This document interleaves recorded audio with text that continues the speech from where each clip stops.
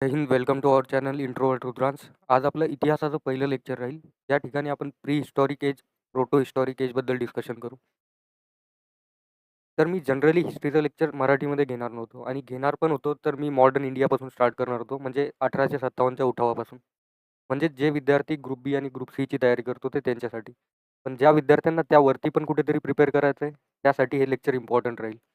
जे विद्यार्थी ग्रुप बी आणि ग्रुप सीची पण तयारी करताय ते पण हे लेक्चर्स बघू शकतात, जर त्यांना एक्स्ट्रा इन्फॉर्मेशन पाहिजे असेल तर. पण प्री हिस्टॉरिक एज आणि प्रोटो हिस्टॉरिक एज शिकवलं पाहिजे अशी आयडिया माझ्या मनात त्यामुळे आली, कारण मी इकॉनॉमिक्सचं एक लेक्चर रेकॉर्ड करत होतो, ज्या ठिकाणी मला इव्होल्युशन दाखवत होतं, की हंटिंग इकॉनॉमीपासून बार्टर सिस्टीमपर्यंत आपण कसं गेलो आणि त्यानंतर मग एका प्रकारे आपण मनीचं एमर्जन्स कसं झालं किंवा पैशाचा आविष्कार कसा झाला, सुरुवात कशी झाली पैशाची यूजची. ते शिकवण्यापूर्वी मला काही गोष्टी अशा सांगायच्या होत्या, जिथे आपण हंटिंग इकॉनॉमीबद्दल डिस्कस करू किंवा बार्टर सिस्टीमबद्दल डिस्कस करू. तर मला वाटलं तिथे टर्मिनॉलॉजीज यूज झाल्या. पेलिओलिथिक एज काय आहे किंवा मिझोलिथिक एज काय आहे, त्यासोबतच निओलिथिक एज काय आहे, या सगळ्या गोष्टी सांगताना मला असं जाणवलं की आपण हिस्ट्री पण शिकवली पाहिजे. त्यापूर्वी पण मी हिंदीमध्ये लेक्चर्स कंडक्ट केले. ज्याला मराठीमध्ये समजत नसेल तो हिंदीमध्ये शिकू शकतो, ज्याला हिंदीमध्ये समजत नसेल तो मराठीमध्ये शिकू शकतो. इंग्लिशसाठी तर नोट्स आहेच तुमच्याकडे. तर हे आपलं पहिलं लेक्चर आहे, जिथे आपण प्री हिस्टॉरिक एज आणि प्रोटो हिस्टॉरिक एजबद्दल डिस्कस करू, स्पेशली इंडियाच्या. कारण आपण जे एक्झाम देणार आहोत ते इंडियाचे एक्झाम असणार आहे. तर प्री हिस्टॉरिक या शब्दाचा अर्थ होतो प्रागतिक इतिहास काळ. प्रोटो हिस्टॉरिकचा अर्थ होतो प्रोटो हिस्टॉरिक इंडिया किंवा प्रोटो हिस्टॉरिक एज. याचे डेफिनेशन किंवा अर्थ जाणून घेण्यापेक्षा आपल्याला हे जाणून घेणं गरजेचं आहे की प्री हिस्टॉरिक एजमध्ये काय होतं, प्रोटो हिस्टॉरिक एजमध्ये काय होतं. तर प्री हिस्टॉरिक एजमध्ये अशा काळाला आपण कन्सिडर करतो ज्या काळामध्ये लँग्वेज किंवा भाषा किंवा रायटिंग्स एक्झिस्टन्समध्ये नव्हत्या. एका प्रकारे रायटिंग एक्झिस्टन्समध्ये नव्हती. त्यानंतर प्रोटो हिस्टॉरिक एज होतो, ज्या ठिकाणी रायटिंग जी आहे ती आली, म्हणजेच रायटिंग एक्झिस्टन्समध्ये आल्या. रायटिंग एक्झिस्टन्समध्ये आल्या, पण त्या डिकोड नाही होऊ शकल्या. म्हणजेच त्याला आपण वाचू नाही शकलो, डिसाफायर नाही करू शकलो. त्या टाईममध्ये आपण प्रोटो हिस्टॉरिक टाईमला कन्सिडर करतो. प्रोटो हिस्टॉरिक टाईममध्ये जनरली आपण चाल्कोलिथिक एजमध्ये ताम्रपाषाण युग आणि सोबतच IVC म्हणजेच इंडस व्हॅली सिव्हिलायझेशन किंवा सिंधू घाटी सभ्यतेला कन्सिडर करतो. पण प्री हिस्टॉरिक एजमध्ये आपण पॅलिओलिथिक एज, मिझोलिथिक एज आणि निओलिथिक एजला कन्सिडर करतो. पॅलिओलिथिक एजमध्ये 3 टाइप्स असतात किंवा 3 टाईमलाईनमध्ये आपण पॅलिओलिथिक एजला कन्सिडर करतो. पॅलिओलिथिक एजमध्ये लोअर पॅलिओलिथिक एज, मिडल पॅलिओलिथिक एज आणि अपर पॅलिओलिथिक एज असतो. तर BCE बद्दल जर बोलायचं झालं किंवा जर हिस्ट्रीचा अभ्यास करायची स्टार्टिंग जर आपण केली असेल, तर आपल्याला काही गोष्ट समजणं गरजेचं आहे, ज्याच्यामध्ये टाईमलाईन येते. तर टाईमलाईनमध्ये जुन्या काळामध्ये आपण BC हा शब्द यूज करत होतो. सोबतच AD हा शब्द यूज करत होतो. पण आताच्या लेक्चर्समध्ये किंवा आताच्या टेक्स्टमध्ये आपल्याला BC आणि CE हा शब्द यूज होताना दिसतो. तर याचा मीनिंग काय होतो? तर BCEचा अर्थ होतो before common era. Before common era कशाला रेफर करतो? अशा एराला जो कॉमन एराच्या आधी जस्ट स्टार्ट होतोय किंवा CEच्या आधी स्टार्ट होतोय. जर आपण टाईमलाईनचा विचार केला तर या टाईमलाईनमध्ये आपल्याला दिसत असेल की इथे काही मी नंबर्स नोट करतो 1, 2 आणि 3. इकडे आपण सेम नंबर्स नोट करू 1, 2 आणि 3. तर या टाईमलाईनमध्ये सेंटर असा पॉइंट आहे जिथे आपण 0 कन्सिडर नाही करू शकत, कारण 0 ही टाईमलाईन एक्झिस्टन्समध्येच नाही आहे. राईट साईडला जी टाईमलाईन आपल्याला दिसते दॅट इज CE म्हणजेच कॉमन एराची टाईमलाईन, आणि लेफ्ट साईडला जी टाईमलाईन दिसते दॅट इज BCE म्हणजेच बिफोर कॉमन एराची टाईमलाईन. बिफोर कॉमन एराच्या टाईमलाईनमध्ये जसं-जसं आपण मागे जाऊ, तसं आपल्याला जुना काळ लागेल किंवा जुना समय एका प्रकारे या ठिकाणी एक्झिस्टन्समध्ये येईल. ज्यावेळेस आपण CEमध्ये जातो, त्यावेळेस आपल्याला जसं-जसं आपण टाईममध्ये समोर जातो, रिसेंट टाईम मिळतो किंवा प्रेझेंट टाईम मिळतो. तर BCE आपण बिफोर कॉमन एराच्या टाईमलाईनला कन्सिडर करू आणि CE त्याच्यानंतर स्टार्ट झालेल्या एराला. जसं आपण बोललो की BCE इक्विव्हॅलंट आहे BCच्या. तर BCचा अर्थ तो नाही होत जो आपण जनरल डेमध्ये यूज करतो. इथे BCचा अर्थ बिफोर कॉमन एरा होतो आणि BCचा अर्थ बिफोर क्राइस्ट होतो. म्हणजे क्राइस्टच्या जन्माच्या आधी किंवा जीससच्या जन्माच्या आधीचा समय. BCमध्ये लार्जर जितका नंबर असेल, तितकी जास्त जुना कालावधी इथे मानला जाईल किंवा काळ मानला जाईल. जर आपण BCEबद्दल बोललो, तर जो BCE टाईम आहे, जितका मोठा नंबर या BCEचा असेल, तितका जास्त मोठा काळ असेल. जसं आपण इथे कन्सिडर करू की 10,000 BCEबद्दल आपण बोलतोय आणि 200 BCEबद्दल बोलतोय. तर 10,000 BCE जो असेल, तो मोठा काळ असेल किंवा जुना काळ असेल आणि जो 200 BCE असेल, तो रिसेंट टाईम असेल 10,000 BCEच्या कंपॅरिझनमध्ये. एक्झाम्पलमध्ये बघू. तर 3000 BCEचा वेळ आहे. तर 3000 BCEचा जो वेळ असेल किंवा जो काळ असेल, तो 2000 BCEपेक्षा जुना वेळ असेल. 1500 BCE 600 BCEपेक्षा जुना असेल. 1 BCE जो आहे, तो इमिडिएटली स्टार्ट होतो जेव्हा आपला 1 CE एंड होतो. याला आपण डिटेलमध्ये अजून जास्त बघणार आहे, ज्यावेळेस आपण टाईमलाईनचं स्ट्रक्चर बघू. सीईबद्दल बोलायचं झालं तर सीईचा फुल फॉर्म कॉमन एरा होतो. आधी कॉमन एरासाठी एडी सारखा शब्द वापरला जायचा, म्हणजेच ॲनो डॉमिनी. ॲनो डॉमिनीला बरेचसे लोकं बोलताना आफ्टर डेथ पण बोलतात किंवा मग जीसस क्राइस्टची जी डेथ झाली होती त्याच्यानंतरचा वेळ पण बोलतात. पण हे नॉर्मल डे टू डे लाईफमध्ये यूज होणारी टर्मिनॉलॉजी. पण ॲनो डॉमिनी त्याचा फुल फॉर्म होत होता. कॉमन एरा एक्झॅक्टली तेव्हा स्टार्ट होतो, म्हणजेच ही जी टाईमलाईन आहे, इथे कॉमन एरा लिहिलेला आहे आपण. 1 सीई. 1 सीई कधी स्टार्ट होईल? 1 बीसीईच्या एक्झॅक्टली नंतर. आणि 1 बीसीई कधी स्टार्ट होईल? 1 सीईच्या एक्झॅक्टली आधी. तर टाईमलाईनमध्ये ज्यावेळेस आपण विचार करतो, काळाचा ज्यावेळेस आपण एका प्रकारे गणना करतो, त्यावेळेस जो सीईचा नंबर जितका मोठा असेल, तितका रिसेंट टाईममधला नंबर असेल आणि जितका छोटा असेल, तितका पास्टमधला किंवा ओल्डर टाईममधला नंबर असेल. फॉर एक्झाम्पल 1 सीई 500 सीईपेक्षा जुना आहे. 500 सीई हा 1000 सीईपेक्षा जुना आहे आणि 1000 सीई 2026 पेक्षा जुना आहे. अजून एका एक्झाम्पलने आपण याला समजू. 1857 होता. 1857 नंतर 1947 आलं. 1947 नंतर 2026 आलं. तर 1857 जो टाईम आहे, तो जुना टाईम आहे. त्याला आपण पास्टमध्ये कन्सिडर करू. जसं-जसं आपण टाईमलाईनमध्ये समोर जातो, सीईच्या टाईमलाईनमध्ये समोर जातो, तसं आपल्याला दिसतंय की 2026 रिसेंट किंवा प्रेझेंट टाईम आहे. 1947 त्याच्यापेक्षा जुना टाईम आहे. 1857 त्याच्यापेक्षा जुना टाईम आहे. आता आपल्याला पूर्ण क्लॅरिटी मिळेल एका प्रकारे, की बी-सी आणि सी-मधला फरक काय? जसं मी बोललो होतो, की ही टाईमलाईन आहे. टाईमलाईनमध्ये एक सीईच्या जस्ट पहिले एक बी-सी हा टाईम होता. एक बी-सीच्या जस्ट नंतर एक सीई हा टाईमलाईन स्टार्ट झालेला आहे. जसं-जसं आपण बी-सीमध्ये जुन्या टाईमकडे जाऊ किंवा मागे जाऊ, तसा-तसा बी-सीमध्ये आपल्याला जुना काळ मिळेल किंवा ओल्ड एज मिळेल. जसं-जसं आपण टाईमलाईनमध्ये एक सीईपासून समोर जाऊ, तसं आपल्याला प्रेझेंट वेळेच्या जवळचा वेळ मिळेल किंवा एक क्लोज टाईमलाईन मिळेल. जसं-जसं आपण मागे येऊ, तसं-तसं आपल्याला पास्टमध्ये जायला मिळेल. परत आपल्याला समजेल या डायग्रामवरून. या डायग्राममध्ये आपल्याला दिसतंय, की एक सीई जो आहे, त्याच्यानंतर एक बी-सीई स्टार्ट होतोय जस्ट. एक बी-सीईच्या नंतर एक सीई स्टार्ट होतोय. एक सीईच्या आधी एक बी-सीई स्टार्ट होतोय. एक बी-सीईपासून आपण जसं-जसं टाईममध्ये जुन्या टाईममध्ये जाऊ, 1000 बी-सीईपेक्षा 3000 बी-सीई जुना टाईम आहे किंवा ओल्डर पास्ट आहे, म्हणजे जुना काळ आहे. जसं-जसं आपण एक सीईपासून समोर-समोर जाऊ, तसं आपल्याला दिसते, की आपण प्रेझेंट टाईमकडे जातोय किंवा ओल्ड टाईमकडे जातोय. सॉरी रिसेंट टाईमकडे जातोय. जसं-जसं आपण 2026 पासून मागे जाऊ, 1857 पर्यंत जाऊ किंवा मग एक सीईकडे जाऊ, त्यावेळेस आपल्याला दिसून येते, की हे जे टाईमलाईन हे जुना पास्ट आहे आपला. ते तुम्हाला समजलं असेल आता टाईमलाईनमध्ये आपण कोणत्या प्रकारे गोष्टी मेन्शन करतो. परत एकदा बी-सीईकडे वळू. बी-सीईची जी टाईमलाईन आहे, जसा-जसा या ठिकाणी इन्क्रीज होतो, म्हणजेच जसा-जसा नंबर इन्क्रीज होणार बी-सीईमध्ये, तशी-तशी जी टाईमलाईन आहे, ती ओल्ड गोष्टी दाखवणार किंवा ओल्ड पास्ट दाखवणार आपल्याला. जितका नंबर छोटा असेल बी-सीईमध्ये, तितकं आपण फॉरवर्ड असू काळामध्ये किंवा मग प्रेझेंटच्या जवळ असू किंवा सीईच्या जवळ असू. फॉर एक्झाम्पल याला आपण सेंटर कन्सिडर करू 1000 बी-सीईला. 1000 बी-सीईपासून जसं-जसं तुम्ही समोर जाणार, आपल्याला नंबर छोटा होताना दिसतो. नंबर छोटा होताना दिसतो म्हणजेच काय? आपण पुढे जातोय, फॉरवर्ड मूव्ह करतोय. टाईमलाईनमध्ये आपल्याला जवळच्या गोष्टी दिसतात. जसं-जसं आपण 1000 बी-सीईपासून मागे जातोय, आपण लास्ट येऊन 3000 बी-सीईवर येऊन थांबलोय. तर 3000 बी-सीई जो टाईमलाईन आहे, तो ओल्ड आहे किंवा जुना आहे, तेच आपण इथे वरती दाखवलेलं आहे. सीईचा विचार जर करायला गेलं, तर सीईमध्ये जसा-जसा नंबर इन्क्रीज होणार, याला अगेन आपण सेंटर कन्सिडर करू. 2026 हा जो नंबर आहे, तो रिसेंट आहे किंवा प्रेझेंट टाईमचा नंबर आहे. कारण आपण टाईमलाईनमध्ये सीईला फॉरवर्ड वेमध्ये आपण गेलोय. जसं-जसं आपण इथून मागे जातोय, तिथे आपल्याला काय दिसतंय, की जो टाईमलाईन आहे, तो ओल्ड आहे किंवा ओल्ड पास्ट आहे किंवा पास्टचा टाईमलाईन आहे. तर हे होतं आपलं इंट्रोडक्शन टाईमलाईनचं. टाईमलाईन समजणं यासाठी गरजेचं होऊन जातं, कारण प्रत्येक ठिकाणी आपल्याला बी-सी, सी, ए-डी किंवा सी सारखे शब्द दिसतील किंवा बी-सी सारखे शब्द दिसतील, जिथे आपण कन्फ्यूज होऊन जाऊ, की हा टाईमलाईन पास्टमधला आहे की फ्युचरमधला आहे. त्यामुळे हे समजणं गरजेचं होतं. तर आता आपण टॉपिकला स्टार्ट करणार आहे, जो आपल्याला शिकायचा आहे ॲक्चुअली. इंट्रोडक्शनमध्ये आपल्याला काय बघायचं आहे, की इंडियन हिस्ट्री जी आहे किंवा भारताचा जो इतिहास आहे, त्याला आपण 3 टप्प्यामध्ये डिव्हाईड केलेलं आहे. एक आहे प्री हिस्टॉरिक एज, त्यालाच आपण प्रागैतिक इतिहास काळ बोलतो. त्यानंतर येतो प्रोटो हिस्टॉरिक एज, ज्याला आपण प्रोटो हिस्टॉरिक एजच बोलतो. त्यानंतर येतो हिस्टॉरिक एज. हिस्टॉरिक एजमध्ये आपण त्या सगळ्या गोष्टी बघतो, ज्या ठिकाणी रायटिंग एक्झिस्टन्समध्ये होती आणि ती जी रायटिंग होती, ती डिकोड केली गेली होती. तर मेन मुद्दा काय आहे, की प्री हिस्टॉरिक एजमध्ये रायटिंग एक्झिस्ट नव्हती करत. म्हणजेच कुठलीही लिपी एक्झिस्ट नव्हती करत आणि याचे कुठलेही रेकॉर्ड सापडत नाही. मग प्री हिस्टॉरिक एजची माहिती आपल्याला कुठून मिळते? तर स्टोन टूलपासून मिळते.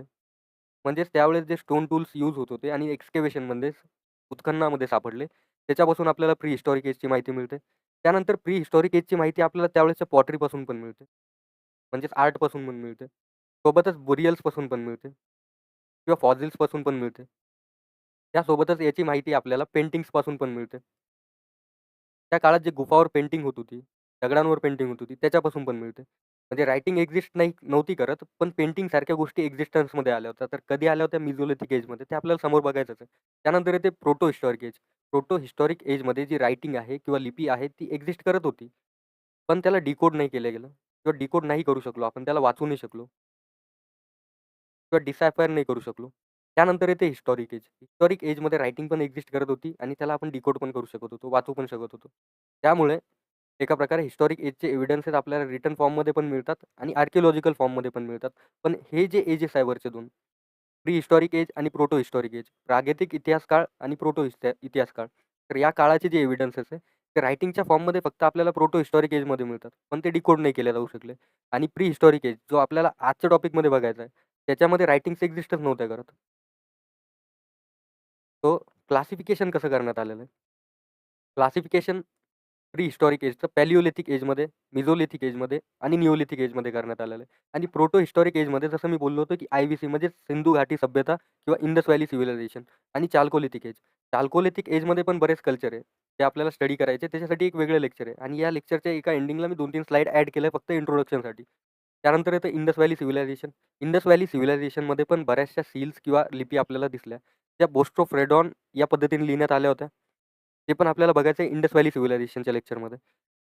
पण इथे रायटिंग जी आहे किंवा लिपी जी आहे, ती एक्झिस्ट करत होती, म्हणजे होती. पण त्याला आपण डिकोड नाही करू शकलो. म्हणजेच प्रोटो हिस्टॉरिक एजमध्ये. प्री हिस्टॉरिक एजमध्ये पॅलिओलिथिक एज आपल्याला बघायचा आहे, मेसोलिथिक एज बघायचा आहे आणि निओलिथिक एज बघायचा आहे. तर पॅलिओलिथिक एजचा अर्थ काय होतो? याचा अर्थ पुरा पाषाण काळ पण होतो किंवा मग जुना पाषाण काळ पण होतो. त्यानंतर मेसोलिथिक एजचा अर्थ होतो मध्य पाषाण काळ आणि निओलिथिक एजचा अर्थ होतो नवपाषाण काळ किंवा मग नवीन पाषाण युग. तर स्टार्टिंग होते आपली प्री हिस्टॉरिक पिरियडपासून. तर प्री हिस्टॉरिक पिरियडमध्ये रायटिंग तर एक्झिस्ट करत नव्हती. रायटिंग नव्हती. म्हणजेच या ठिकाणी आपल्याला रिटन एव्हिडन्सेस मिळणार नाही इतिहासाचे, पुरावे मिळणार नाही, सोर्सेस मिळणार नाही. तर कॅरेक्टरिस्टिक्स काय होत्या प्री हिस्टॉरिक फेजच्या? तो ह्युमन जो होता, त्याचे एव्हिडन्सेस आपल्याला आर्किओलॉजिकल रिमेन्सपासून मिळालेले आहे. आर्किओलॉजिकल रिमेन्स म्हणजे काय? त्याचे स्केलेटन्स आहे, त्या व्यक्तीचा सांगाडा आहे किंवा कंकाल आहे, पॉटरी आहे त्यावेळची, स्टोन टूल्स आहे, त्यासोबतच पेंटिंग्स आहे. या सगळ्या गोष्टींपासून आपल्याला त्यावेळेचे पुरावे मिळतात किंवा त्या काळाबद्दल माहिती मिळते. रायटिंग किंवा रिटन एव्हिडन्स एक्झिस्ट नव्हते करत, लिपी एक्झिस्ट नव्हती करत. मग जे मिळणारं नॉलेज आहे ते कुठून मिळालं आपल्याला? स्टोन टूलपासून. म्हणजे पाषाणापासून बनलेल्या किंवा दगडापासून बनलेल्या हत्यारापासून. केव्ह पेंटिंग्सपासून. जसं की भीमबेटकासारखी केव्ह पेंटिंग जी आहे ती मेसोलिथिक एजसोबत रिलेशन ठेवते त्याच्यापासून. सोबतच ॲनिमल बोनपासून म्हणजेच प्राण्यांच्या हाडापासून, पॉटरीपासून म्हणजेच त्यावेळेसच्या मटक्यांपासून किंवा जे अवशेष ते बनवत होते मातीचा वापर करून त्याच्यापासून, बुरियल्सपासून म्हणजे मेल्यानंतर जे पुरतो आपण व्यक्तीला, त्याच्या पूजा पद्धतीपासून किंवा रिच्युअल्सपासून किंवा सेटलमेंट्सपासून. तर सेटलमेंट पण त्यावेळेस वेगवेगळ्या प्रकारे होत होत्या. त्या पण आपल्याला बघायचं की मानवी सेटलमेंट कशी चेंज झाली. तो एका नोमॅडिक लाईफस्टाईलपासून सेमी नोमॅडिक लाईफस्टाईलमध्ये कसा गेला. सेमी नोमॅडिक लाईफस्टाईलपासून तो पर्मनंट सेटलमेंट कशा करायला लागला. त्याबद्दल पण बघायचं आहे. इम्पोर्टंट साइट्सबद्दल पण आपण या ठिकाणी डिस्कशन करणार आहोत. त्यानंतर येते की सोर्सेस ऑफ स्टडी कोणते आहे? कारण इतिहास ज्यावेळेस आपण अभ्यासतो, त्यावेळेस आपल्याला सोर्सेस माहिती असणं खूप गरजेचं आहे. जसं आपण मॉडर्न इंडियाचा अभ्यास करतो, त्यावेळेस आपल्याला वेगवेगळे लिटरेचर मिळतात. त्याआधी ज्यावेळेस आपण लेक्चर्स घेऊ आणि श्रमणिक रिलिजन्सबद्दल अभ्यास करू किंवा बुद्धिझम, जैनिझमबद्दल अभ्यास करू, त्यावेळेस पण आपल्याला माहिती असलं पाहिजे की आपल्याला ही इन्फॉर्मेशन मिळते कुठून? तर वेगवेगळ्या पुस्तकांमध्ये त्यांनी लिहून ठेवलेलं आहे. त्यावेळेसच्या टेक्स्टमध्ये लिहून ठेवलेलं आहे. त्यासोबतच ज्या राजांबद्दल आपण वाचतो, त्यांच्याबद्दल आपल्याला वेगवेगळे ताम्रलेख मिळतात, इन्स्क्रिप्शन मिळतात, पिलर्स मिळतात. त्याबद्दल पण आपल्याला एका प्रकारे त्या गोष्टींना आपण हिस्टॉरिकल सोर्ससारखं वापरू शकतो किंवा सोर्सेस ऑफ हिस्ट्रीसारखं बघू शकतो. पुराव्यांसारखं बघू शकतो. तर आपल्याला या काळाची म्हणजेच प्री हिस्टॉरिक एजचे सोर्सेस कोणकोणते मिळतात किंवा कोणकोणत्या पद्धतीने आपण एका प्रकारे सोर्सेसचा यूज करून एव्हिडन्सेस गोळा करतो. तर सगळ्यात पहिला जो सोर्स आहे तो आहे आर्किओलॉजी, दुसरा आहे अँथ्रोपोलॉजी, तिसरा आहे जिओलॉजी आणि चौथा आहे पॅलेंटोलॉजी. तर आर्किओलॉजीमध्ये काय असतं, सायंटिफिक स्टडी होते ह्युमन हिस्ट्रीची, माणसाच्या इतिहासाची, स्पेशली प्री हिस्टॉरिक एजची. त्या ठिकाणी एक्सकेव्हेशन केलं जातं, म्हणजे खोदकाम केलं जातं किंवा उत्खनन केलं जातं. वेगवेगळ्या साइट्सवर जिथे पुरावे मिळण्याची शक्यता आहे. त्या ठिकाणी एनालिसिस केलं जातं या गोष्टींचं. म्हणजेच एका प्रकारे त्या ठिकाणी खूप जास्त डिटेल अभ्यास केला जातो. कशाचा? जे उत्खननामधून आर्टिफॅक्ट्स मिळतील, स्ट्रक्चर्स मिळतील किंवा एखादं फिजिकल रिमेन मिळेल. त्यामध्ये ॲनिमल बोन्स पण असू शकतात, ह्युमन स्केलेटन पण असू शकतो. या सगळ्या गोष्टींचा म्हणजे उत्खननामध्ये प्राप्त होणाऱ्या गोष्टींचा ज्या ठिकाणी अभ्यास केला जातो, त्यालाच आपण आर्किओलॉजी बोलतो. यांचा मेन फोकस काय असतो, की एन्शियंट पीपल म्हणजे जुने व्यक्ती जे होते, पाषाण युगातली व्यक्ती आपण कन्सिडर करू शकतो किंवा हिस्ट्रीमधले जे लोकं होते, ते कसे होते? किंवा त्यांनी मागे काय सोडून दिलं? म्हणजे त्यांचे टूल्स, पॉटरी किंवा मग एखादी रूम्ससारखी वस्तू. तर या सगळ्या वस्तूंचा अभ्यास करण्याचं काम असतं आर्किओलॉजीचं. म्हणजेच एन्शियंट लोकांनी मागे सोडलेल्या वस्तू ज्या असतात, ज्या गोष्टी असतात, स्ट्रक्चर्स असतात, आर्टिफॅक्ट्स असतात किंवा टूल्स, पॉटरी असतात, त्याचा अभ्यास करण्याचं काम करते आर्किओलॉजिकल डिपार्टमेंट म्हणजेच पुरातत्व विभाग. त्यानंतर येते अँथ्रोपोलॉजी. अँथ्रोपोलॉजी जी आहे ह्युमॅनिटीची स्टडी करते. ह्युमॅनिटीची स्टडी करते म्हणजे काय करते? माणसाचं बिहेवियर स्टडी करते, बायोलॉजी स्टडी करते, कल्चर स्टडी करते. त्यावेळेसच्या सोसायटीजबद्दल स्टडी करते. म्हणजे त्यावेळेसचा समाज कसा होता? त्यावेळेस कोणत्या भाषा एक्झिस्टन्समध्ये होत्या? म्हणजेच लिंग्विस्टिक गोष्टीकडे पण ते लक्ष देतात. म्हणजेच या सगळ्या गोष्टींचं कंपॅरिझन ते करतात. ह्युमन बिहेवियरचं, बायोलॉजीचं, कल्चरचं, सोसायटीचं, लिंग्विस्टिकचं, बोथ पास्ट आणि प्रेझेंट सोबत. म्हणजेच वर्तमानासोबत आणि भूतकाळासोबत ते या सगळ्या गोष्टींचं कंपॅरिझन करतात अँथ्रोपोलॉजीमध्ये. यांचा मेन फोकस काय असतो, की ह्युमन्स कोण होते? आणि ते वेळेनुसार कल्चरली आणि बायोलॉजिकली कसे इव्हॉल्व झाले, त्यांची प्रगती कशी झाली. जिओलॉजी अगेन एक विंग ऑफ स्टडी येते किंवा सोर्स ऑफ हिस्ट्री येते, ज्या ठिकाणाहून आपल्याला सोर्सेस मिळतात हिस्ट्रीचे. म्हणजेच जिओलॉजी जी ब्रांच आहे, ती जनरली सायन्सची ब्रांच आहे, जी डील करते अर्थच्या फिजिकल स्ट्रक्चरबद्दल. म्हणजेच जे पृथ्वीवर स्ट्रक्चर्स असतात वेगवेगळे, ते कोणकोणत्या प्रोसेसेसमधून फॉर्म झाले. जसं की अर्थक्वेकमुळे फॉर्म झाला किंवा व्हॉल्कॅनोमुळे किंवा इरोजनमुळे. त्याबद्दल जनरली जिओलॉजी स्टडी करते. यांचा मेन फोकस काय असतो, की अर्थ जी आहे, ती कशी आहे? तिचं इव्होल्यूशन कसं झालं? किंवा त्यावेळेसचे रॉक कसे होते? रॉकचं फॉर्मेशन कसं झालं? मिनरल्सचं फॉर्मेशन कसं झालं? किंवा वेगवेगळे लँड स्ट्रक्चर कसे तयार झाले? लँडफॉर्म्स कसे तयार झाले? हे काम असतं जिओलॉजीचं. जे पृथ्वीच्या इतिहासाबद्दल जनरली डिस्कस करते किंवा इव्होल्यूशनबद्दल डिस्कस करते. नंतर असते पॅलेंटॉलॉजी. पॅलेंटॉलॉजी सायंटिफिक स्टडी असते एन्शियंट लाईफची अर्थवर. म्हणजेच यांचं प्रायमरी ऑब्जेक्टिव्ह काय असतं? एनालिसिस करणं प्लांट्सचं आणि ॲनिमल फॉसिल्सचं. म्हणजेच जे झाडांचे अवशेष उरलेले आणि ॲनिमल्सचे, प्राण्यांचे अवशेष उरलेले त्याचं. ते प्रयत्न करतात एका प्रकारे, की एखाद्या प्राण्याची विलुप्तता कशी झाली किंवा एक्सटिंक्शन कसं झालं, त्याचं इव्होल्यूशन पण कसं झालं, हे सगळी स्टडी केली जाते पॅलेंटॉलॉजीमध्ये. त्यांचा मेन फोकस काय असतो, की प्री हिस्टॉरिक लाईफमध्ये. जसं की डायनासॉर्स, अर्ली मॅमल्स आणि एन्शियंट मायक्रोब्सचं एका प्रकारे इव्होल्यूशन आणि एक्सटिंक्शन कोणत्या कारणामुळे झालं असेल, हे सगळं केलं जातं पॅलेंटॉलॉजीमध्ये. तर या सगळ्या सोर्सेस असतात इतिहासामध्ये, जिथे रिटन एव्हिडन्सेस अवेलेबल नसतात. नंतर येते पॅलिओलिथिक एजबद्दल आपण. म्हणजे पॅलिओलिथिक एज आहे काय? पॅलिओलिथिक एजला आपण मराठीमध्ये पुरा पाषाण काळ बोलतो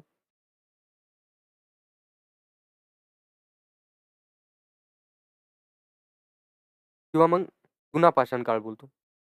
पॅलिओलिथिक एज जो आहे, त्याची जर टाईमलाईनबद्दल बोलायचं झालं, तर काही पुस्तकांमध्ये ही टाईमलाईन तुम्हाला 2.5 मिलियन इयर्सपासून सुरू झालेली दिसेल. काही पुस्तकांमध्ये तुम्हाला 2.6 मिलियन इयर्सपासून ते 10,000 BCE पर्यंत ही टाईमलाईन तुम्हाला दिसेल. तर अप्रॉक्सिमेटली जी टाईमलाईन होती पॅलिओलिथिक एजची किंवा ओल्ड स्टोन एजची, ती होती अराउंड 2.6 मिलियन इयर्सपासून ते 10,000 BCE पर्यंत किंवा मग 2.5 मिलियन इयर्सपासून ते 10,000 BCE पर्यंत. इंडियाच्या कॉन्टेक्स्टमध्ये जसं मी बोललो, की रिजनली या गोष्टी किंवा ही टाईमलाईन व्हॅरी करेल. इंडियाच्या कॉन्टेक्स्टमध्ये कधी 5,00,000 BCE पासून 10,000 BCE पर्यंतचा वेळ पॅलिओलिथिक एज किंवा पुरा पाषाण काळातील एज मानला जातो. हे नाहीये, आहे हां. मीनिंगबद्दल जर बोलायचं झालं पॅलिओलिथिकच्या, तर पॅलिओलिथिक या शब्दाला ज्यावेळेस आपण तोडतो, त्यावेळेस त्याचे 2 अर्थ होतात. एक शब्द असतो पेलिओ आणि दुसरा असतो लिथिक. तर लिथिक ज्यावेळेस आपण जिओग्राफीची स्टडी करतो, त्यावेळेस पण आपल्याला माहिती आहे, की त्याचा अर्थ स्टोन होतो किंवा पाषाण होतो. तर लिथिकचा अर्थ पाषाण होतो आणि पेलिओचा अर्थ ओल्ड किंवा जुनं होतं. तर याचा पूर्ण कंप्लीट अर्थ काय झाला, की ओल्ड स्टोन एज म्हणजे जुना पाषाण काळ किंवा पुरा पाषाण काळ. तर डिव्हिजनबद्दल बोलायचं झालं, या टाईमलाईनचं किंवा पॅलिओलिथिक एजचं किंवा पुरा पाषाण काळाचं. तर पुरा पाषाण काळाचं जसं मी डिस्कशन करतानाच बोललो होतो, की लोअर पॅलिओलिथिक एजमध्ये मिडल पॅलिओलिथिक एजमध्ये आणि अपर पॅलिओलिथिक एजमध्ये डिव्हिजन करण्यात आलेलं आहे. जुन्या पाषाण काळाला किंवा पुरा पाषाण काळाला किंवा पॅलिओलिथिक एजला. तर लोअर पॅलिओलिथिक एज जो आहे तो 5,00,000 BCE पासून 1,00,000 BCEच्या मधात चालला होता. मिडल पॅलिओलिथिक एज जो आहे तो 1,00,000 BCE पासून 40,000 BCEच्या मधात चालला होता. आणि जो अपर पॅलिओलिथिक एज आहे तो 40,000 BCE पासून 10,000 BCE पर्यंत चालला होता. तर आपण स्टार्टिंग करूयात लोअर पॅलिओलिथिक एजपासून. तर लोअर पॅलिओलिथिक एजचे फीचर्स काय होते? वैशिष्ट्य कोणते होते? तर त्यावेळेसचा जो ह्युमन होता तो हंटिंग आणि गॅदरिंग करत होता. म्हणजे शिकार करत होता आणि वस्तू कलेक्ट करत होता. तो गुफांमध्ये राहायचा किंवा रॉक शेल्टर्समध्ये राहायचा. त्यासोबतच त्याची जी लाईफस्टाईल होती ती नोमॅडिक लाईफस्टाईल होती. म्हणजे तो भटकत होता एका जागेवरून दुसऱ्या जागेवर. तर भटकण्याचं मेन रिझन काय होतं पॅलिओलिथिक एजमध्ये? तर त्या वेळेसच्या व्यक्तींना फूडसाठी भटकावं लागत होतं. खाण्यासाठी, पाण्यासाठी. कारण ते शिकार करत होते किंवा एका प्रकारे गॅदरिंगसाठी त्यांना भटकावं लागत होतं एका जागेवरून दुसऱ्या जागेवर. रिझन मेन हेच होतं की फूड नव्हतं मिळत, वॉटर नव्हतं मिळत. नोमॅडिक लाईफस्टाईल जगायचे. ॲग्रीकल्चरसारख्या गोष्टीचं त्यांना नॉलेज नव्हतं. कारण ॲग्रीकल्चर एक्झिस्ट नव्हतं करत आणि पॉटरी एक्झिस्ट नव्हती करत. त्यामुळे तो एक नोमॅडिक लाईफस्टाईल जगत होता. भटकणारी लाईफस्टाईल जगत होता. एका जागेवरून दुसऱ्या जागेवर भटकत होता. आणि टूल्स कोणते यूज करत होते त्यावेळेसचे लोकं? कारण ते हंटिंग करायचे. हंटिंग करण्यासाठी त्यांना कोणत्या ना कोणत्या टूल्सची गरज असणार आहे. तर त्यामध्ये जे टूल्स यूज व्हायचे ते होते हँड ॲक्सेस म्हणजेच कुऱ्हाड एका प्रकारे. क्लिव्हर्स जे मीटला बोनपासून अलग करण्यासाठी यूज होते. चॉपर्स जे तुकडे करण्यासाठी यूज होते त्यांनी केलेल्या शिकाराचे. तर यासारखे टूल्स ते एका प्रकारे यूज करत होते. आणि जे टूल्स बनलेले राहत होते ते मेजरली स्टोनपासून, दगडापासून बनलेले राहत होते. आणि जे दगडाचे प्रकार ते वापरायचे ते होते क्वाड्राझाईट आणि बेसॉल्ट. क्वाड्राझाईट एका प्रकारचा रॉक आहे, बेसॉल्ट पण एका प्रकारचा रॉक आहे. तर या 2 रॉक्सपासून जनरली पॅलिओलिथिक एजमध्ये किंवा लोअर पॅलिओलिथिक एजमध्ये टूल्स बनवत होते. इम्पोर्टंट साइट्सबद्दल जर बोलायचं झालं, की पॅलिओलिथिक एजमध्ये स्पेशली लोअर पॅलिओलिथिक एजमध्ये कोणकोणत्या इम्पोर्टंट साइट्स होत्या, त्या आपल्याला आज बघायच्या आहेत. तर पहिली जी पॅलिओलिथिक साईट होती ती होती सोन व्हॅली. ही शिवालिक हिल रिजनमध्ये येते. प्रेझेंट डे पाकिस्तानच्या पंजाब रिजनमध्ये. इथे अर्लिएस्ट स्टोन टूल्स मिळाले होते. म्हणजेच एकदम सुरुवातीचे जे स्टोनपासून बनलेले हत्यारं होते ते या ठिकाणावरून मिळाले होते म्हणजे सोन व्हॅलीपासून. हे सोन व्हॅलीच्या किंवा सोनियन जे कल्चर होतं सोन व्हॅलीमध्ये चालणारं, ते होतं चॉपर चॉपिंग कल्चर. त्यासोबत असोसिएशन ठेवणारे टूल्स होते. किंवा एका प्रकारे लोअर पॅलिओलिथिक एजमध्ये जे मेजरली कल्चर चालत होतं, ते होतं चॉपर चॉपिंग कल्चर. त्याची साईट होती सोन व्हॅलीमध्ये. त्यानंतर येते 2 नंबरची साईट, जी आपल्या इंडियाच्या तमिळनाडूमध्ये स्थित आहे. चेन्नईजवळ आहे आणि त्रिवलूर डिस्ट्रिक्टमध्ये आहे. तिचं नाम आहे अतिरमपक्कम. ही जी साईट आहे, ही साईट ओल्डेस्ट पॅलिओलिथिक साईट आहे इंडियामधली. म्हणजे सगळ्यात जुनी. पुरा पाषाण युगातील सगळ्यात जुनी साईट जी आहे ती अतिरापक्कम आहे, जी त्रिवलूर डिस्ट्रिक्टमध्ये आहे चेन्नईच्या तमिळनाडूमध्ये. म्हणजे चेन्नईच्या जवळ स्थित तिवलूर जे डिस्ट्रिक्ट आहे, तिथे तमिळनाडूमध्ये अतिरापक्कम नावाची ही एक साईट आहे, जी पॅलिओलिथिक साईट आहे. जी ओल्डेस्ट पॅलिओलिथिक साईट आहे इंडियाची. One of the oldest. Oldest नाही बोलता येणार, पण वन ऑफ द ओल्डेस्ट म्हणजे सगळ्यात जुन्या साईट्सपैकी एक. आणि इथे अचुलियन कल्चरचे प्रमाण मिळाले होते. तर आता बरेचसे स्टुडंट्स बोलतील की अचुलियन काय? तर अचुलियन एका जागेचं नाव आहे. ते मला वाटतं की फ्रान्समधलं एक पॅलिओलिथिक कल्चरची जागा आहे. जिथे सगळ्यात पहिले पॅलिओलिथिक कल्चरबद्दल पुरावे मिळाले होते. तर आर्किओलॉजीमध्ये एक नियम असतो. जसं की आपल्याला सगळ्यात पहिले हरप्पा मिळाला होता इंडस व्हॅली सिव्हिलायझेशनमध्ये. तर त्या साईटच्या नावावर त्या कल्चरला नाव देऊन टाकलं होतं आपण, हरप्पन सिव्हिलायझेशन. तर त्याच प्रकारे जे अचुलियन ही जागा आहे, त्या ठिकाणी जी पॅलिओलिथिक साईट आहे, ही मिळाली होती. त्याच्यामुळे त्यासारखे किंवा त्यासारखे दिसणारे टूल्स एका प्रकारे अतिरापक्कममध्ये मिळाले होते. त्यामुळे इथल्या टूल्सला किंवा एव्हिडन्सेसला अचुलियन कल्चरचा पार्ट मानण्यात आलं. त्यानंतर येते 3rd नंबरची एक्सकेव्हेशन साईट किंवा इम्पॉर्टंट साईट लोअर पॅलिओलिथिक एजची, ती आहे ह्युसांगी व्हॅली. ही कालाबुर्गी डिस्ट्रिक्टमध्ये आहे कर्नाटकाच्या. या साईटला एका प्रकारे अचुलियन साईटचं किंवा लोअर पॅलिओलिथिक साईटचं अचुलियन साईट मानलं जातं. त्या ठिकाणी हॅबिटेशन कम फॅक्टरी साईट याला मानलं जातं. म्हणजे या ठिकाणी प्रोडक्शन होत होतं खूप मास लेव्हलवर टूल्सचं. आणि जे टूल्स बनलेले राहायचे ते लाईमस्टोनपासून बनलेले राहायचे. तर लाईमस्टोनचा वापर करून ते हतियारं बनवत होते, टूल्स बनवत होते. जसं की हँड ॲक्सेस म्हणजेच एका प्रकारच्या कुऱ्हाडी. त्यासोबतच ते क्लिव्हर्स बनवत होते. आणि जे स्टोनचं ते यूज करत होते, ते स्टोन होतं लाईमस्टोन. म्हणजेच ह्युसांगी valley is associated with limestone. Limestone जर तुम्हाला कुठे दिसलं, की लोअर पॅलिओलिथिक एजमध्ये लाईमस्टोनचा यूज कुठे जास्त होत होता, तर ह्युसांगी व्हॅली त्याचं उत्तर राहील, की कर्नाटकामध्ये स्थित आहे. आणि कोणत्या टाइपचे टूल्स मिळत होते, तर अचुलियन कल्चरसोबत असोसिएटेड टूल्स या ठिकाणी मिळत होते. त्यानंतर येते तिदवाना, जी अगेन एक आपली इम्पॉर्टंट लोअर पॅलिओलिथिक साईट आहे. ही राजस्थानमध्ये स्थित आहे. राजस्थानच्या थार डेझर्टमध्ये स्पेशली स्थित आहे. आणि ही जी साईट आहे, ती एका प्रकारे ब्रिजसारखं काम करते बिटवीन लोअर, मिडल आणि अप्पर पॅलिओलिथिक एज. तर या साईटवर लोअर, मिडल आणि अप्पर पॅलिओलिथिक एजचे सगळे पुरावे एकाच जागेवर आपल्याला सापडलेले आहेत. ज्यावेळेस आपण आर्किओलॉजी स्टडी करतो ना, आता हे एक्स्ट्रा इन्फॉर्मेशनचा पार्ट आहे. त्यावेळेस आर्किओलॉजिकल सर्व्हे कंडक्ट होतं कुठे, तर ते एक विशिष्ट जागेमध्ये खुदाई करतात किंवा एक्सकेव्हेशन करतात. तर सगळ्यात खालच्या लेयरमध्ये त्यांना जे मिळेल, सगळ्यात जास्त खोलीमध्ये, ते सगळ्यात जुनं मानलं जाईल आणि सगळ्यात वरच्या लेयरमध्ये जे त्यांना मिळेल, ते सगळ्यात जास्त न्यू मानलं जाईल. तर या प्रकारे या ठिकाणी एक्सकेव्हेशन ज्यावेळेस झालं, तर एक्सकेव्हेशन झाल्यानंतर त्यांना तिन्हीही एजेसचं एका ठिकाणी एव्हिडन्सेस मिळाले किंवा कंटिन्युएशन दर्शवणारी एक स्थिती मिळाली. त्या ठिकाणी ते समजून सांगत होते, की या साईटवर तिन्हीही पॅलिओलिथिक एजचा म्हणजे लोअर पॅलिओलिथिक एज, मिडल पॅलिओलिथिक एज आणि अपर पॅलिओलिथिक एजचे कंटिन्युएशनचे पुरावे मिळाले. तर यामुळे दिडवाना जी साईट आहे, ती राजस्थानमध्ये थार डेझर्टमध्ये स्थित आहे. ती खूप जास्त इम्पॉर्टंट होऊन जाते. कारण तिन्हीही एजेसचे, तिन्हीही पॅलिओलिथिक एजेसचे एकत्रित पुरावे आपल्याला या ठिकाणी मिळालेले आहे. आणि प्री हिस्टॉरिक क्लायमेट कसं होतं, त्यावेळेसचं क्लायमेट किंवा वातावरण कसं होतं, ते समजण्यासाठी ही साईट इम्पॉर्टंट बनून जाते. सोबतच पेलिओ एन्व्हायर्नमेंटल चेंजेस जे होत होते किंवा जे एन्व्हायर्नमेंटमध्ये, वातावरणामध्ये जे चेंजेस होत होते पेलिओलिथिक टाईमलाईनमध्ये, तर ते समजण्यासाठी आपल्याला गरजेचं होऊन जाते या साईटचा स्टडी करणं. त्यानंतर येते बेलन व्हॅली, ही अगेन एक लोअर पॅलिओलिथिक एजची इम्पॉर्टंट साईट आहे. ही जी साईट आहे, ती उत्तर प्रदेशमध्ये आहे. विंध्य फुटहिल्सच्या जवळ लोकेटेड आहे. ही एका प्रकारे ब्रिजसारखं काम करते.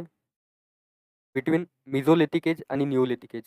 म्हणजेच या ठिकाणी कंटिन्युअस सिक्वेन्समध्ये लोअर पॅलिओलिथिक एजपासून तर मिझोलिथिक एजपर्यंत आणि मिझोलिथिक एजपासून तर निओलिथिक एजपर्यंतचे आपल्याला पुरावे मिळालेले आहे. म्हणजे बोलन व्हॅली पण एक इम्पॉर्टंट साईट आहे. कारण इथे आपल्याला तिन्हीही प्री हिस्टॉरिक एजेसबद्दल जानकारी मिळते किंवा इन्फॉर्मेशन मिळते. पण दिद्वानामध्ये आपल्याला फक्त पेलिओलिथिकबद्दल जानकारी मिळते किंवा इन्फॉर्मेशन मिळते. तर पेलिओलिथिक एजच्या तिन्हीही डिव्हिजन्सबद्दल जर आपल्याला कुठे एव्हिडन्सेस मिळाले होते, तर साईट होती डिडवाना. आणि पेलिओलिथिक एज किंवा लोअर पेलिओलिथिक एज प्लस मिझोलिथिक एज म्हणजेच मध्य पाषाणयुग आणि सोबतच निओलिथिक एज म्हणजेच नवपाषाणयुग. या सगळ्यांचे जर एकत्रित पुरावे कुठे मिळाले असेल, तर ते आपल्याला बेलन व्हॅलीमध्ये मिळालेलं आहे. तिची लोकेशन उत्तर प्रदेशच्या विंध्य फुटहिल जवळ आहे, म्हणजे विंध्य पर्वताच्या पायथ्याशी. ही जी साईट होती ती फेमस होती एका प्रकारे ॲनिमल फॉसिल्ससाठी. म्हणजेच या ठिकाणी स्ट्राँग एव्हिडन्सेस मिळालेले होते आपल्याला, की व्यक्ती त्यावेळेस हंटिंग आणि गॅदरिंग करत होता. आणि या ठिकाणी ॲनिमल डोमेस्टिकेशन पण होत असेल आणि ॲग्रिकल्चर पण होत असेल. कारण आपल्याला निओलिथिक एजेसचे पण पुरावे मिळालेले आहे म्हटल्यावर या ठिकाणी ॲग्रिकल्चर, ॲनिमल डोमेस्टिकेशन सारख्या गोष्टी पण येणार. पेलिओलिथिक एजचे पुरावे मिळाले म्हटल्यावर हंटिंग आणि गॅदरिंग सारखे पण पुरावे मिळणार. आणि त्यासोबतच आपल्याला ट्रान्झिशन दिसलंय पॅलिओलिथिकपासून निओलिथिकपर्यंत, तर मिझोलिथिकचे पण पुरावे मिळणारच आहे. त्यानंतर येते मिडल पेलिओलिथिक एज म्हणजेच मध्य पुरापाषाण युग. त्यामध्ये ज्यावेळेस मध्य पाषाण युग स्टार्ट झालं किंवा मध्य पुरापाषाण युग किंवा मध्य जुनं पाषाण युग स्टार्ट झालं, त्यावेळेस जे क्लायमेट होतं ते ड्राय झालं होतं. म्हणजेच रिलेटिव्हली ड्राय झालं होतं. कोरडं वातावरण झालं होतं आणि जी टूल मेकिंगची प्रक्रिया आहे ती इम्प्रूव्ह झाली होती. कारण जे पहिलं लोअर पॅलिओलिथिक एज होतं, तर लोअर पॅलिओलिथिक एजमध्ये टूल्स खूप जास्त रफ होते आणि मोठे होते. तर इथे टूल मेकिंग टेक्नॉलॉजी कुठेतरी इम्प्रूव्ह झालेली दिसते. कारण त्यावेळेस आपण फक्त बघितलं की हँड ॲक्सेस, क्लिव्हर्स आणि चॉपर्स सारखे टूल एक्झिस्टन्समध्ये होते. पण मिडल पॅलिओलिथिक एज येता त्यांना फ्लेक्सेस, स्क्रेपर्स, बोरर्स आणि पॉइंट्स सारखे टूल्स बनवले होते. म्हणजेच इथे टूल मेकिंग टेक्निक जी आहे ती कुठेतरी प्लस झाली आहे, पॉवर प्लस झाला आहे या टेक्निकचा. इकॉनॉमिक लाईफबद्दल जर बोलायचं झालं, तर स्टार्टिंगला व्यक्ती फक्त हंटिंग करत होता, लोअर पॅलिओलिथिक एजमध्ये आणि गॅदरिंग करत होता. पण या ठिकाणी मिडल पॅलिओलिथिक एजमध्ये किंवा मध्य पुरापाषाण युगामध्ये इकॉनॉमिक लाईफमध्ये हंटिंग तर होत होती, शिकार तर होतच होती. त्यासोबतच फिशिंग पण व्हायला स्टार्ट झाली होती. म्हणजे मासेमारी पण स्टार्ट झाली होती.